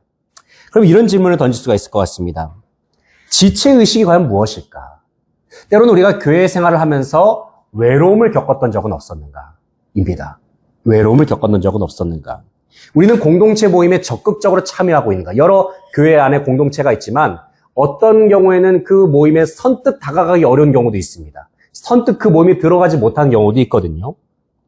때로는 교회 안에서 만나기 불편한 형제자매가 있을 때 나는 어떤 역할을 할 수가 있을까? 여러 가지 이 부분들을 나눌 수가 있을 것입니다. 자, 114페이지 보시게 되면은 주 안에서 하나가 되어야 합니다. 예. 네. 한번, 몸이 하나여 성령도 한 분이시니 이와 같이 너희가 부르심의 한 소망 안에서 부르심을 받았느니라. 이 구절은 통일성을 이야기하고 있습니다. 통일성, 하나됨에 대해서 이야기하고 있는데 마귀의 계획의 목표 한번 민장로님께서 한번 읽으시면 감사하겠습니다. 마귀의 계획의 목표는 그리스도인들의 연합을 파괴하는 것입니다. 마귀는 혼돈과 의문들과 잘못된 계획의 권위자입니다. 우리는 마귀의 계획을 막을 수 있는 힘을 성경에서 발견할 수 있습니다. 그리스도 안에서 한 마음을 품을 때 그런 힘을 얻게 됩니다. 요한복음 17장을 보면 예수님은 제자들이 연합하여 하나 되게 해달라고 아버지께 간구하셨습니다. 거룩하신 아버지여, 내게 주신 아버지의 이름으로 그들을 보존하사 우리와 같이 그들도 하나 되게 하옵소서. 그리스도의 하나됨이 바로 복음의 본질을 나타내는 것입니다. 그리고 그 본질은 하나님께서 그리스도 안에 계시사 세상을 자기와 화목하게 하셨다는 사실을 포함합니다. 그리스도는 실로 육신을 입고 이 세상에 오신 하나님이셨습니다. 그분은 아버지와 하나이셨고 지금도 하나이십니다. 만약 그리스도의 몸에서 일치가 파괴된다면 불신자들에게 그리스도가 하나님이시라는 사실을 전하는 가장 강한 수단이 파괴되는 것입니다. 교회에서 불신자들에게 예수님이 하나님이시다라는 사실을 확신시킬 수 있는 요소는 하나됨, 즉 서로 같은 뜻을 품는 것입니다. 인간이란 어디에서나 일치하지 못하는 성향이 있기 때문에 그들에게 이 사실은 경이로운 것입니다. 진정한 일치, 참으로 하나됨을 발견할 때 불신자들은 그러한 사랑의 모임에 참여하고 싶은 마음이 들 것입니다. 네, 감사합니다. 교회 공동체의 본질, 그것은 하나됨이라는 겁니다. 통일성에 대해서 이야기하고 있습니다. 그렇다면 교회 내에서 지체들이 하나 되지 못하는 이유가 무엇일까? 그리고 그것을 해결하는 방법이 무엇인지도 한번 우리가 동반자와 함께 이야기를 나눌 수가 있겠죠. 그리고 그리스도의 연합을 파괴하는, 여기서 마귀의 괴계의 목표가 연합을 파괴하는 거라고 했어요. 마귀의 속성 자체가 그렇습니다. 죄의 속성은 파괴입니다. 그렇다면 이 파괴를 극복하면서 하나 되는 힘은 우리가 어디서 얻을 수가 있을까? 하나님으로부터 얻을 수가 있을 것이고 서로를 통해서 얻을 수가 있겠죠. 그래서 이 힘을 어떻게 얻을 수가 있는지도 함께 나눌 수가 있을 것입니다. 3번, 각 사람의 다양성을 이해해야 된다. 앞에서는 통일성을 이야기하고 있고 동시에 교회 공동체 안에는 다양성이 존재한다는 겁니다. 우리 각 사람에게 그리스도의 선물의 분량대로 은혜를 주셨나니. 그리스도인들은 그리스도 안에서 하나가 되었지만 여러 면에서 서로 다른 점이 많습니다. 서로 상대방의 다른 점을 이해할 때 그리스도의 몸을 이룰 수 있습니다. 말씀하고 있습니다. 자, 첫 번째는 은사가 다르다고 하는 것이죠. 여기서 은사는 무엇일까요? 은사는 공동체를 세우며 사역을 위해서 하나님께서 허락하신 것이 은사입니다. 자, 틀린 것과 다른 것의 차이점이 뭘까요? 틀린 것과 다른 것의 차이점이 무엇인지 이 부분에 대해서도 한번 동반자와 나눠보시기 바랍니다. 틀렸다, 다르다, 이 두 가지 표현은 완전히 다른 것이거든요.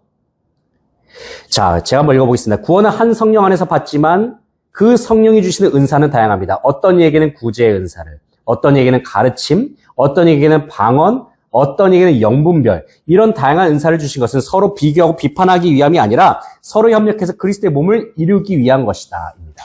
자, 그렇다면 여러분은, 그리고 우리 동반자는 어떤 은사를 받았다고 생각하시는지 그것을 나눌 수가 있겠죠. 그리고 그것을 현재 어떻게 사용하고 있는가입니다. 자, 두 번째, 믿음의 정도가 다르다입니다. 여기서 믿음의 정도라고 하는 것은 어떤 우열의 문제를 말하는 것이 아닙니다. 믿음이 연약한 자가 있고 믿음이 성숙한 자가 있지만 믿음이 연약하다고 해서 우리가 그 사람보다 우리가 더 우월하다고 말할 수가 없는 거예요. 자, 여기서 이 부분이 중요한데 성숙한 그리스도인이라면 그리스도 안에서 믿음이 강하지 못한 형제의 반응에 민감해야 할 것입니다. 그런 형제가 실족하거나 죄에 빠지지 않도록 행동을 조심해야 합니다. 지역교회 성도가 이것을 조심한다면 교회가 하나 되는 역사가 일어날 것입니다. 그렇다면 우리가 일반적으로 생각할 때 성숙한 그리스도인이 누구이고 미성숙한 그리스도인의 특징이 무엇인가를 함께 나눠볼 수가 있을 것 같습니다. 아마 일반적으로 생각하는 경우가 있을 거라 생각이 됩니다. 그렇다면은 믿음이 강한 자들은 약한 자에 대해서 어떤 자세를 취해야 될 것인가도 나눌 수가 있겠죠. 어떤 자세를 취해야 될 것인가. 교회의 다양성 중에 또 한 가지는 인간적인 배경이 다르다는 거예요. 여기서는 인간적인 배경이라고 하는 것은 기질이 있을 수도 있고 스타일이 있을 수도 있고 또 삶의 배경이 있을 수도 있겠죠. 다양한 사상이 있고 다양한 제도가 있고 다양한 가치관을 가진 성도들이 교회 안에 존재합니다. 그렇다면은 이러한 성도들의 공동체를 우리는 어떻게 하나됨을 이룸으로 나아갈 수가 있을 것인가? 그럼 이런 부분으로 함께 우리가 생각해 볼 수 있을 것 같아요. 교회 내에서 사역을 하다가 갈등을 겪은 적은 혹시 없으십니까? 갈등을 겪었던 적이 있다고 한다면은 함께 나눠보고 또 그것을 우리가 어떻게 이겨낼 수 있는지 한번 그 부분도 나눠볼 수가 있을 것 같습니다.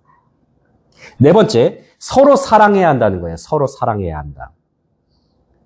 주고도 자랑하지 말고 받고도 열등감을 느끼지 않는 것. 서로 간에 동등함을 느끼는 사랑을 이야기하는 것입니다. 그래서 여기서 교회에서 두 가지 방법을 이야기하고 있는데 우리가 고린도전서 12장 13장 말씀을 우리가 함께 좀 생각해 봤으면 좋겠습니다. 고린도전서 12장은 여러 은사의 다양성을 이야기하고 있잖아요. 고린도전서 12장. 그렇다면 그 다양한 은사를 이야기하는 그 다음 장 고린도전서 13장은 무엇을 이야기하고 있습니까? 사랑장이죠. 사랑장. 자, 고린도전서 12장 그 다양한 은사들은 결국에는 교회 공동체 안에서 사랑 안에서 통일을 이루어야 된다는 것을 이야기하고 있는 부분인 겁니다.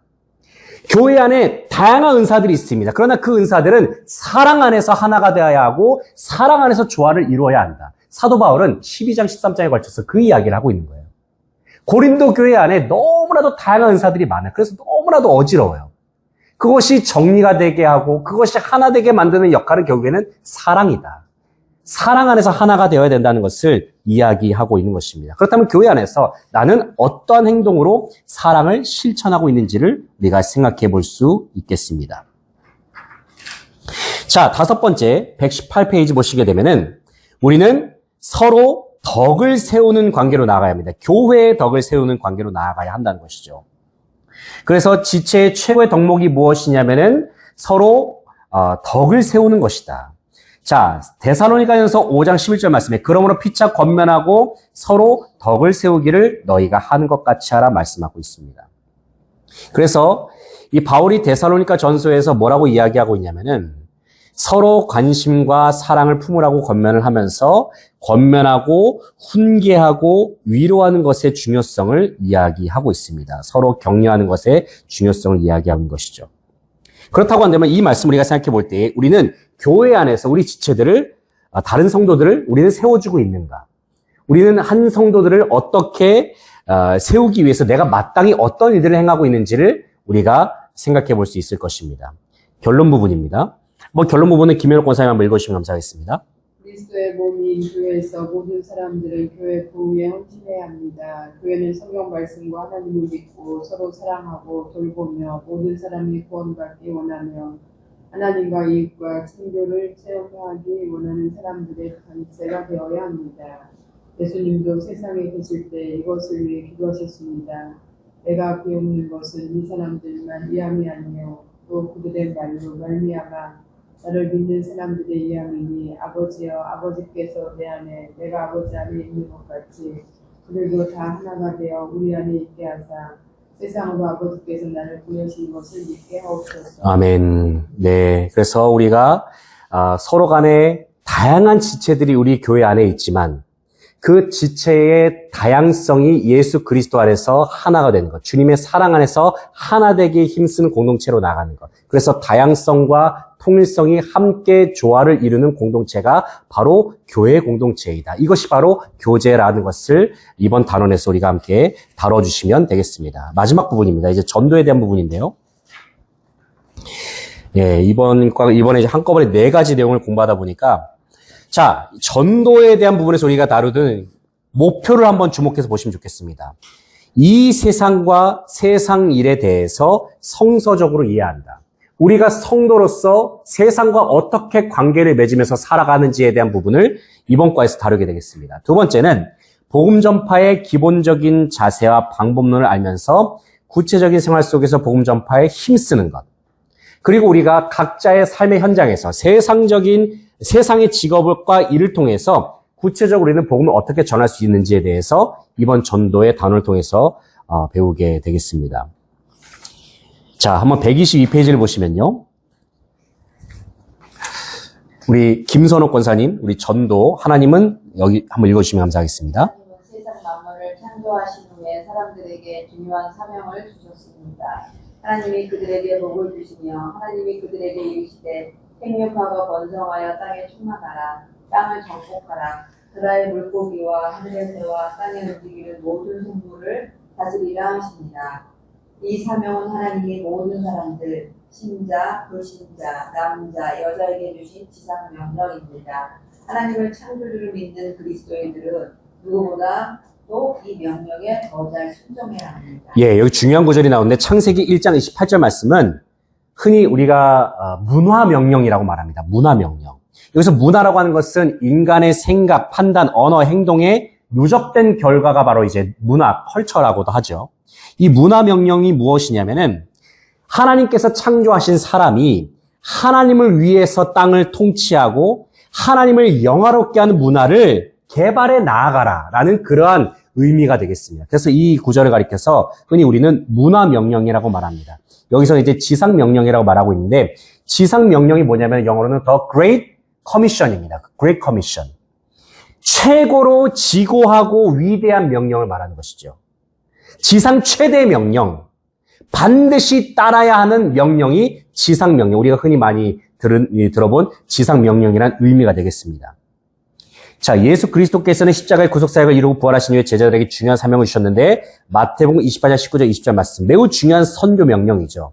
주님께서 예수 그리스도께서 주님의 제자들에게 땅끝까지 복음을 전파하라. 아버지와 내가 성령으로 세례를 받고 내가 너에게 배부와 모든 것을 가르쳐 지키게 하라. 이 말씀을 하셨단 말이에요. 이것은 선교 명령입니다. 사도행전 1장 8절 말씀 매우 중요한 말씀이죠. 오직 성령이 너에게 임하시면 너희가 권능을 받고 예루살렘과 온 유대와 사마리아와 땅끝까지 이르러 내 증인이 되리라. 이것은 증인의 명령입니다. 증인의 명령.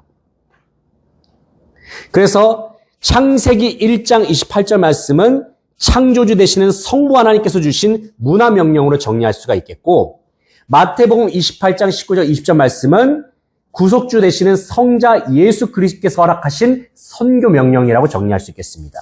그리고 사도행전 1장 8절 말씀은 보혜사 성령 하나님께서 주신 증인의 명령이다라고 정리할 수가 있겠습니다. 그럼 이 사명은 누구에게 주어진 겁니까? 예수를 믿은 사람만 받은 특별한 사명이라는 겁니다. 그래서 그리스도를 주님으로 믿는 사람들은 이 명령에 순종해야 한다는 것이죠.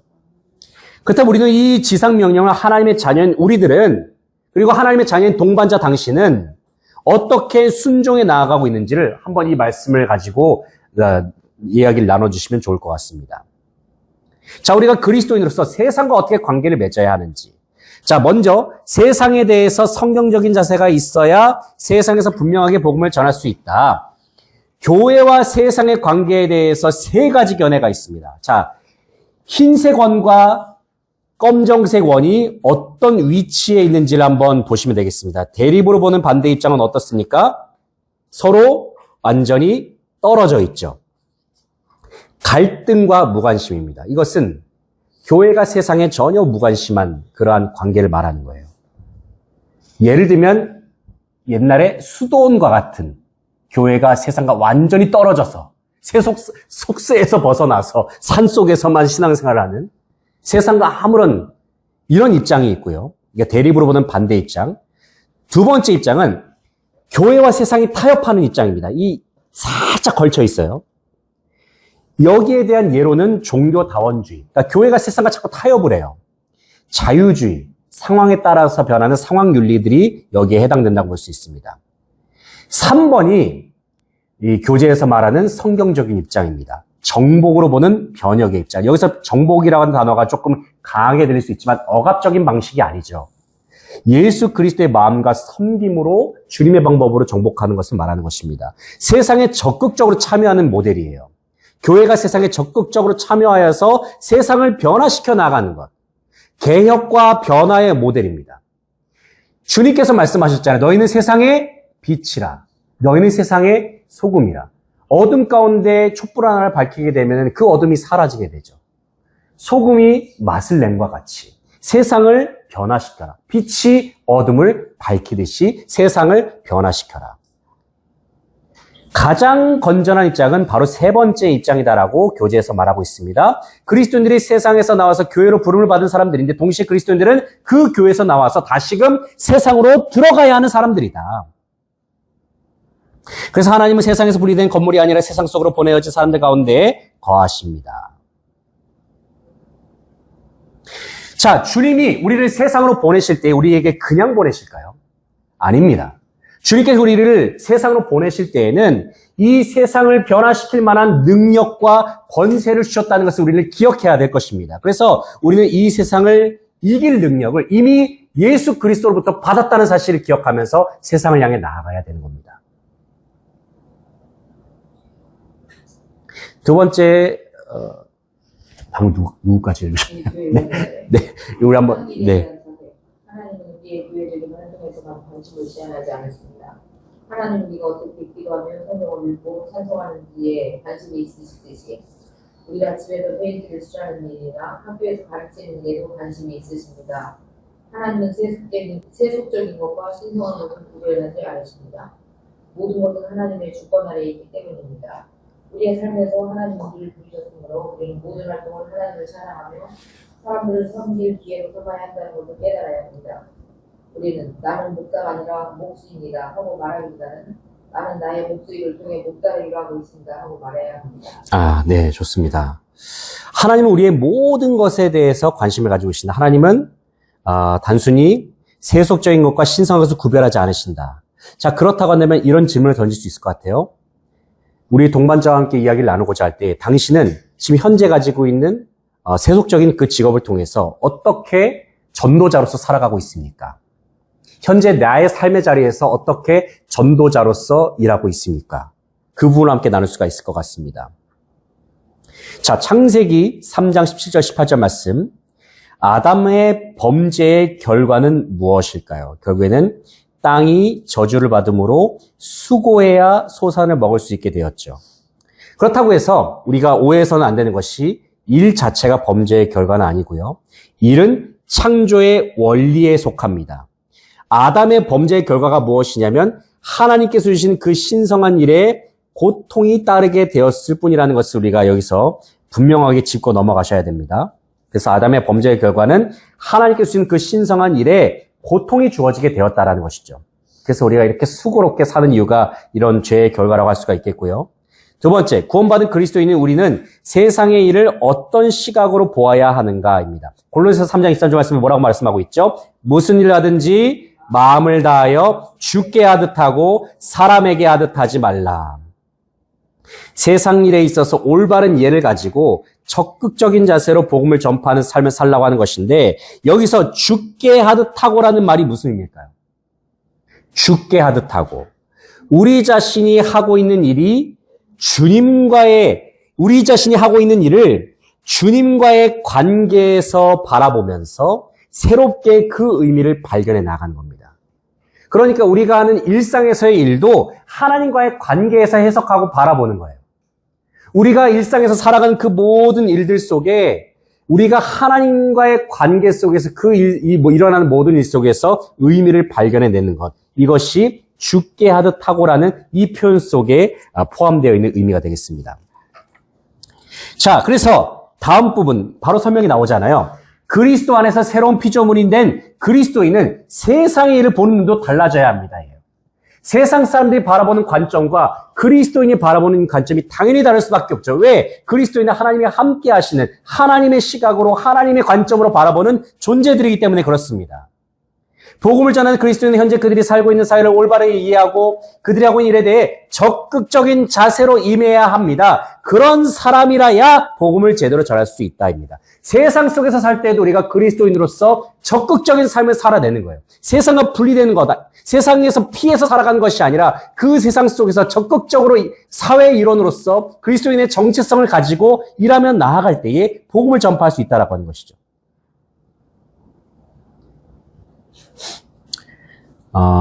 복음 전파 3번. 복음 전파에 대한 부분을 한번 서남희 권사님 한번 읽으시면 감사하겠습니다. 그리스도인들은 그리스도 안에서 영적 생활의 풍성함을 다른 사람들도 누리도록 좀 전해야 합니다. 우선 우리가 전하는 말에 신뢰성을 다하기 위해 경건한 생활을 보여줘야 합니다. 전도를 효과적으로 하기 위해 전도의 기본적인 불법도 익혀야 합니다. 전도를 위해 훈련을 받고 경험을 쌓으면 우리 모두가 하나님의 손에 의해 다듬어진 보호가 될 것입니다. 예, 계속 읽어주시죠. 1번. 보호 통파의 기본 자세, 증인은 복종에서 자기가 아는 것을 말하게 되어 있습니다. 그리스도인의 증인은 예수 그리스도에 대해 자신이 아는 것과 그분을 인격적으로 신뢰하는 생활을 다른 사람에게 전해야 합니다. 네, 1번에 제가 나왔네요. 네. 네.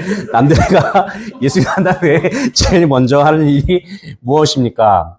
자, 1장 40절부터 42절까지의 말씀을 보게 되면은 여러 이제 안드레가 베드로를 만나고 베드로에게 예수님을 소개한 이야기가 나와요. 이 구절을 통해서 우리가 몇 가지 원리를 찾을 수가 있는데 먼저 전도란 무엇인가? 요한의 말을 들었어요. 첫 번째는 듣고입니다. 두 번째는 가까운 사람을 찾아갔습니다. 세 번째는 찾아가서 어떻게 했어요? 말했습니다. 네 번째는 데리고 왔어요.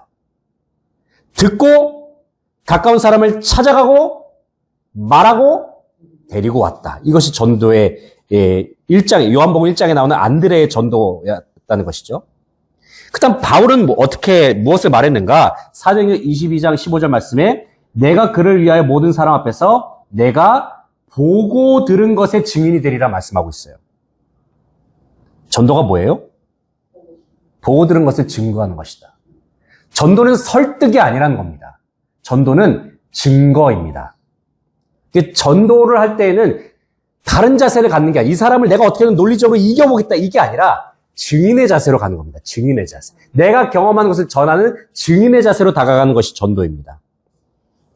3번. 바울은 무엇을 부끄러워하지 않는다고 말했습니까? 복음을 부끄러워하지 않는다 말했어요. 왜 그것을 부끄러워하지 않는다고 말했습니까? 왜냐? 복음에는 하나님의 능력이 나타나기 때문에. 그래서 동반자와 함께 내가 지금 전도하고자 하는 그 대상이 누구인지도 나눌 수가 있겠고, 또 그 생활 숙제로서 한 주간 동안에 누군가에게 한번 복음을 전하고 그 사람을 교회에 데리고 오는 것까지는 아니더라도 그 사람에게 한번 복음을 전하는 것을 숙제로 내줄 수가 있겠습니다. 128페이지. 생활을 통한 전도가 되겠는데 1번. 어그러지고 거스르는 세대 가운데 사는 우리는 하나님의 자녀로서 어떠한 삶을 살아야겠습니까? 빌립보서 2장 15절 말씀입니다. 이는 너희가 흠이 없고 순전하여 어그러지고 거스르는 세대 가운데 하나님의 흠이 없는 자녀로 세상에서 그 가운데 빛들로 나타내며 흠이 없고 순전한 삶, 빛으로 나타나는 삶을 말하고 있어요. 그렇다면 우리는 세상에 어떠한 모습으로 나타나야 할까요? 예수님의 빛으로 옷 입는 삶으로 이 세상 가운데 나타나야 하는 것이죠. 예수님의 빛을 우리의 옷으로 입으면서 빛의 자녀된 삶으로 이 세상에 나타나야 하는 겁니다. 그래서 우리의 삶은 언제나 주님의 빛으로 옷 입은 삶을 살아야 되는 거예요. 마태복음 5장 16절에서 사람들은 무엇을 보고 그리스도인의 빛된 삶을 발견합니까? 착한 행실, 착함과 의로움과 진실함. 빛의 열매는 착함과 의로움과 진실함이라고 말하고 있죠. 에베소서 5장 9절 말씀에 참고 구절로 착함, 의로운, 진실함이 에베소서 5장 9절 말씀에도 나오고 있습니다. 마태복음 5장 16절에서는 착한 행실을 말하고 있는데 에베소서 5장 9절에서는 착함, 의로움, 진실함 세 가지를 이야기하고 있어요. 그 결과로 말미암아서 하나님 앞에 영광을 돌리는 삶으로 나아가게 되는 것이죠. 박스에 있는 내용은 참고하시기 바라고요. 자, 그렇다면은 입을 열어 하는 전도에 대해서 이야기하고 있습니다. 예수님께 고침을 받은 소경은 신학 훈련을 전혀 받지 않은 사람이었습니다. 그럼에도 불구하고 그는 아주 간결하고도 효과적인 증언을 했습니다. 그는 어떤 사실을 말했습니까? 되게 중요한 부분이 여기서 나옵니다. 여기서 소경이 뭐라고 말하고 있냐면 내가 맹인으로 있다가 지금 보는 그것이니이다 말하고 있어요. 소경이 그냥 자신이 경험한 것을 전한 거예요. 이것이 소경이 입을 열어서 한 전도였다는 것이죠. 삶 속에서 경험한 것을 말했다. 내가 경험한 예수님에 대해서 말하는 것, 이것이 전도라는 겁니다. 전도는 복잡한 토론이 아니라 삶 속에서 내가 경험한 실제적인 사건을 나누는 것이 전도라는 것이죠. 베드로전서 3장 15절 말씀 보시면은 같이 한번 읽어보겠습니다. 너희 마음에 그리스도를 주로 삼아 거룩하게 하고 너희 속에 있는 소망에 관한 이유를 묻는 자에게는 대답할 것을 항상 준비하되 온유와 두려움으로 하고. 다른 사람에게 그리스도를 증거하기 전에 무엇을 해야 하는가? 무엇을 준비해야 될까요? 먼저는 준비되어야 될 것이 구원의 확신과 우리 속사람이 변화되는 것. 이것이 우리가 준비가 되어야 되는 것이죠. 그렇다면 우리 속에 있는 그 소망이 무엇인가? 그 소망을 생각할 때에는 바로 우리가 죄의 사함을 받아서 영원한 생명을 얻어 하나님으로부터 구원을 받아서 천국에 이르는 것, 이 모든 것이 우리 속에 있는 소망이라 할 수 있겠습니다. 그렇다면 다른 사람이 우리 속에 있는 소망에 관심을 갖게 하는 것이 무엇입니까? 바로 우리 성도의 삶의 모습이라 할 수 있겠습니다. 전도할 때 우리의 태도는 어떠해야 하는가? 여기서 이제 베드로전서 3장 15절의 말미에 이렇게 말하고 있죠. 온유와 두려움으로 하고. 온유가 뭘까요? 온유가 부드러운 마음이잖아요. 근데 전도를 하다 보면 당시에 초대교회 때 얼마나 많은 핍박이 일어났어요. 핍박하는 상대에 대한 태도가 온유입니다. 나를 복음을 전파하다가 얼마나 많은 핍박들을 당시 초대교회 성도들이 당했습니까? 그런데 그 핍박하는 대상들을 온유함으로 대하는 것, 부드러운 마음으로 대하는 것, 그들을 수용하는 것, 그들을 포용하는 것. 이것이 온유함이라는 거예요. 상대방에 대한 태도. 경외란 무엇입니까? 하나님을 두려워하면서 전도하는 것이죠. 하나님을 두려워하는 마음으로. 하나님께 대한 태도를 가지고 전도하는 거예요. 상대방에 대해서 온유함을 가지고, 하나님께 대해서는 경외함을 가지고 전도를 하는 겁니다. 그래서 전도 여하에 따라서 상대방의 생명이 좌우될 수 있다는 것을 깨달으면서 전도에 임하는 것입니다. 자, 전도의 전략이 나오고 있는데요. 앞에 부분은 쭉 보시게 되면 예수님께서 잃어버린 자들을 찾으러 구원하러 이 세상에 오셨는데, 밑에 부분 보시게 되면은 어떤 사람들이 그리스도를 주님으로 영접하지 않더라도 실망할 필요가 없다. 왜냐? 그 사람이 구원을 받는 것은 하나님의 영역이기 때문에 그렇습니다. 우리의 영역이 있지만 우리의 영역이 한계가 있다는 것을 동시에 인정하는 것이 필요하다는 거예요. 결국에 변화시킨 것은 하나님이시고, 우리는 물을 줄 수 있지만 자라게 하시는 분은 누구예요? 하나님이 자라게 하시잖아요. 하나님이 하시는 것을 우리는 인정하면서, 대신에 우리의 책임은 무엇인가? 사랑과 진실한 관심에 기울여서 그들에게 복음을 전하는 것이다. 그래서 상황에 따라서 여러 가지 전략이 있을 수 있습니다. 1번, 전도지를 나누는 것이 될 수 있고요. 2번, 1대1로 이야기를 나누는 것이 전도일 수 있습니다. 여러 가지 전도의 방법들, 다리예와 사형리, 전도 폭발과 같은 방법들을 사용할 수가 있겠고요. 3번, 1대1로 정기적으로 또 직장 생활에서 자주 만난 사람들에게 1대1로도 전할 수 있을 것입니다. 그런데 중요한 것이 이거예요. 전략이 다르다 할지라도 복음의 내용은 같아야 되는데, 바울이 전하는 복음의 주제가 무엇이었습니까? 예수 그리스도예요. 고린도서 1장 23절 말씀, 우리는 십자가에 못 박힌 그리스도를 전하니 말씀하고 있습니다. 그리스도를 전한다. 이것이 바울이 전하는 유일한 주제였어요. 구원받지 못하는 사람들에게 그리스도를 소개하는 것이 왜 중요한가? 예수님이 길이요 진리요 생명이 되시기 때문에 그렇습니다. 다른 이로서는 구원을 받을 수가 없기 때문에 그렇습니다. 유일한 길이기 때문에 예수 그리스도를 소개해야 되는 것이죠. 그래서 전도는 어떤 계획이나 이론을 소개하는 것이 아니라 한 인물, 유일한 구원자 예수 그리스도를 소개하는 것이다. 상황에 따라서는 간증을 나누는 것도 효과적일 수가 있는데, 여기서 다음 페이지 보시게 되면은, 우리가 만약에 누군가에게 나의 삶에 간증을 하고자 할 때에 이 간증의 개요가 여기 적혀 있습니다. 첫 번째가 뭘까요? 자, 132페이지에 세 가지가 나오죠. 첫 번째는 그리스도를 영접하기 전에 삶의 생각. 내가 예수를 믿기 전에는 이랬습니다. 이제 이게 간증의 틀이에요. 그런데 내가 예수님을 어떤 계기로 만났어요. 내가 예수님을 영접하게 된 동기를 말하면서, 예수님을 만났더니 나에게 이러한 변화가 일어났어요. 예수를 만난 이후의 변화. 이것이 간증의 중요한 흐름이라고 할 수가 있겠습니다. 자, 전도의 생활화입니다. 성공적으로 전도를 생활하기 위해서는 성령의 능력 안에서, 전도는 내 힘으로 하는 게 아닙니다. 성령의 능력 안에서 그리스도를 전하고 그 결과를 하나님께 맡긴다. 삼일체적인 개념이 표현이 나오고 있죠. 성령의 능력, 그리스도, 성자, 그리고 그 결과를 성부 하나님께 맡겨라. 그래서 이것을 삼일체적인 개념으로서 이것을 풀어내서 설명하고 있는데, 전도할 때 주의해야 될 세 가지 요소. 하나님께서 필요하실 때 쓰실 수 있도록 항상 준비해야 된다. 내가 누군가를 만나고자 할 때에 어떤 말로 정리해서 복음을 전해야 될 것인가를, 그 말을 항상 준비하고 있어야 된다는 겁니다. 그리고 사람을 만나는 기회를 하나님께서 예비하신 기회로 생각하십시오. 대화의 주제를 예수 그리스도께로 돌리도록 하십시오인데, 중요한 것은 이 모든 것들이 기도 가운데 이루어져야 한다는 겁니다. 기도 가운데. 그리고 네 번째 원리는 적극적으로 전하라는 겁니다. 적극적으로 전해야 된다입니다. 그리고 다음 페이지 보시게 되면은 화제를 그리스도께로 돌려야 된다. 그래서 결국에는 전도의 핵심 주제는 예수 그리스도이기 때문에 우리는 예수 그리스도라는 주제를 다룰 수 있도록 이 전도를 자연스럽게 이어가야 되는 것이고, 그 결과는 하나님께서 하시는 영역이기 때문에 하나님께 이제 맡겨드리는 것이죠. 그래서 전도할 때 사람들의 반응을 기다리면서 우리의 기술과 신념을 의지하기보다는 하나님의 약속을 신뢰하라 합니다. 그래서 결론은 이겁니다. 전도는 명령입니다. 전도는 선택이 아니라는 것이죠. 전도는 자신이 살기 위해서, 전도는 다른 사람을 살리는 사역이기도 하지만은 나 자신이 살기 위해서 전도를 하는 것이기도 합니다. 전도를 할 때 우리가 영적으로 살아날 수가 있기 때문에 그렇습니다. 우리가 고인물은 썩는다라고 말하잖아요. 전도를 하지 않으면 우리는 영적으로 정체될 수밖에 없어요.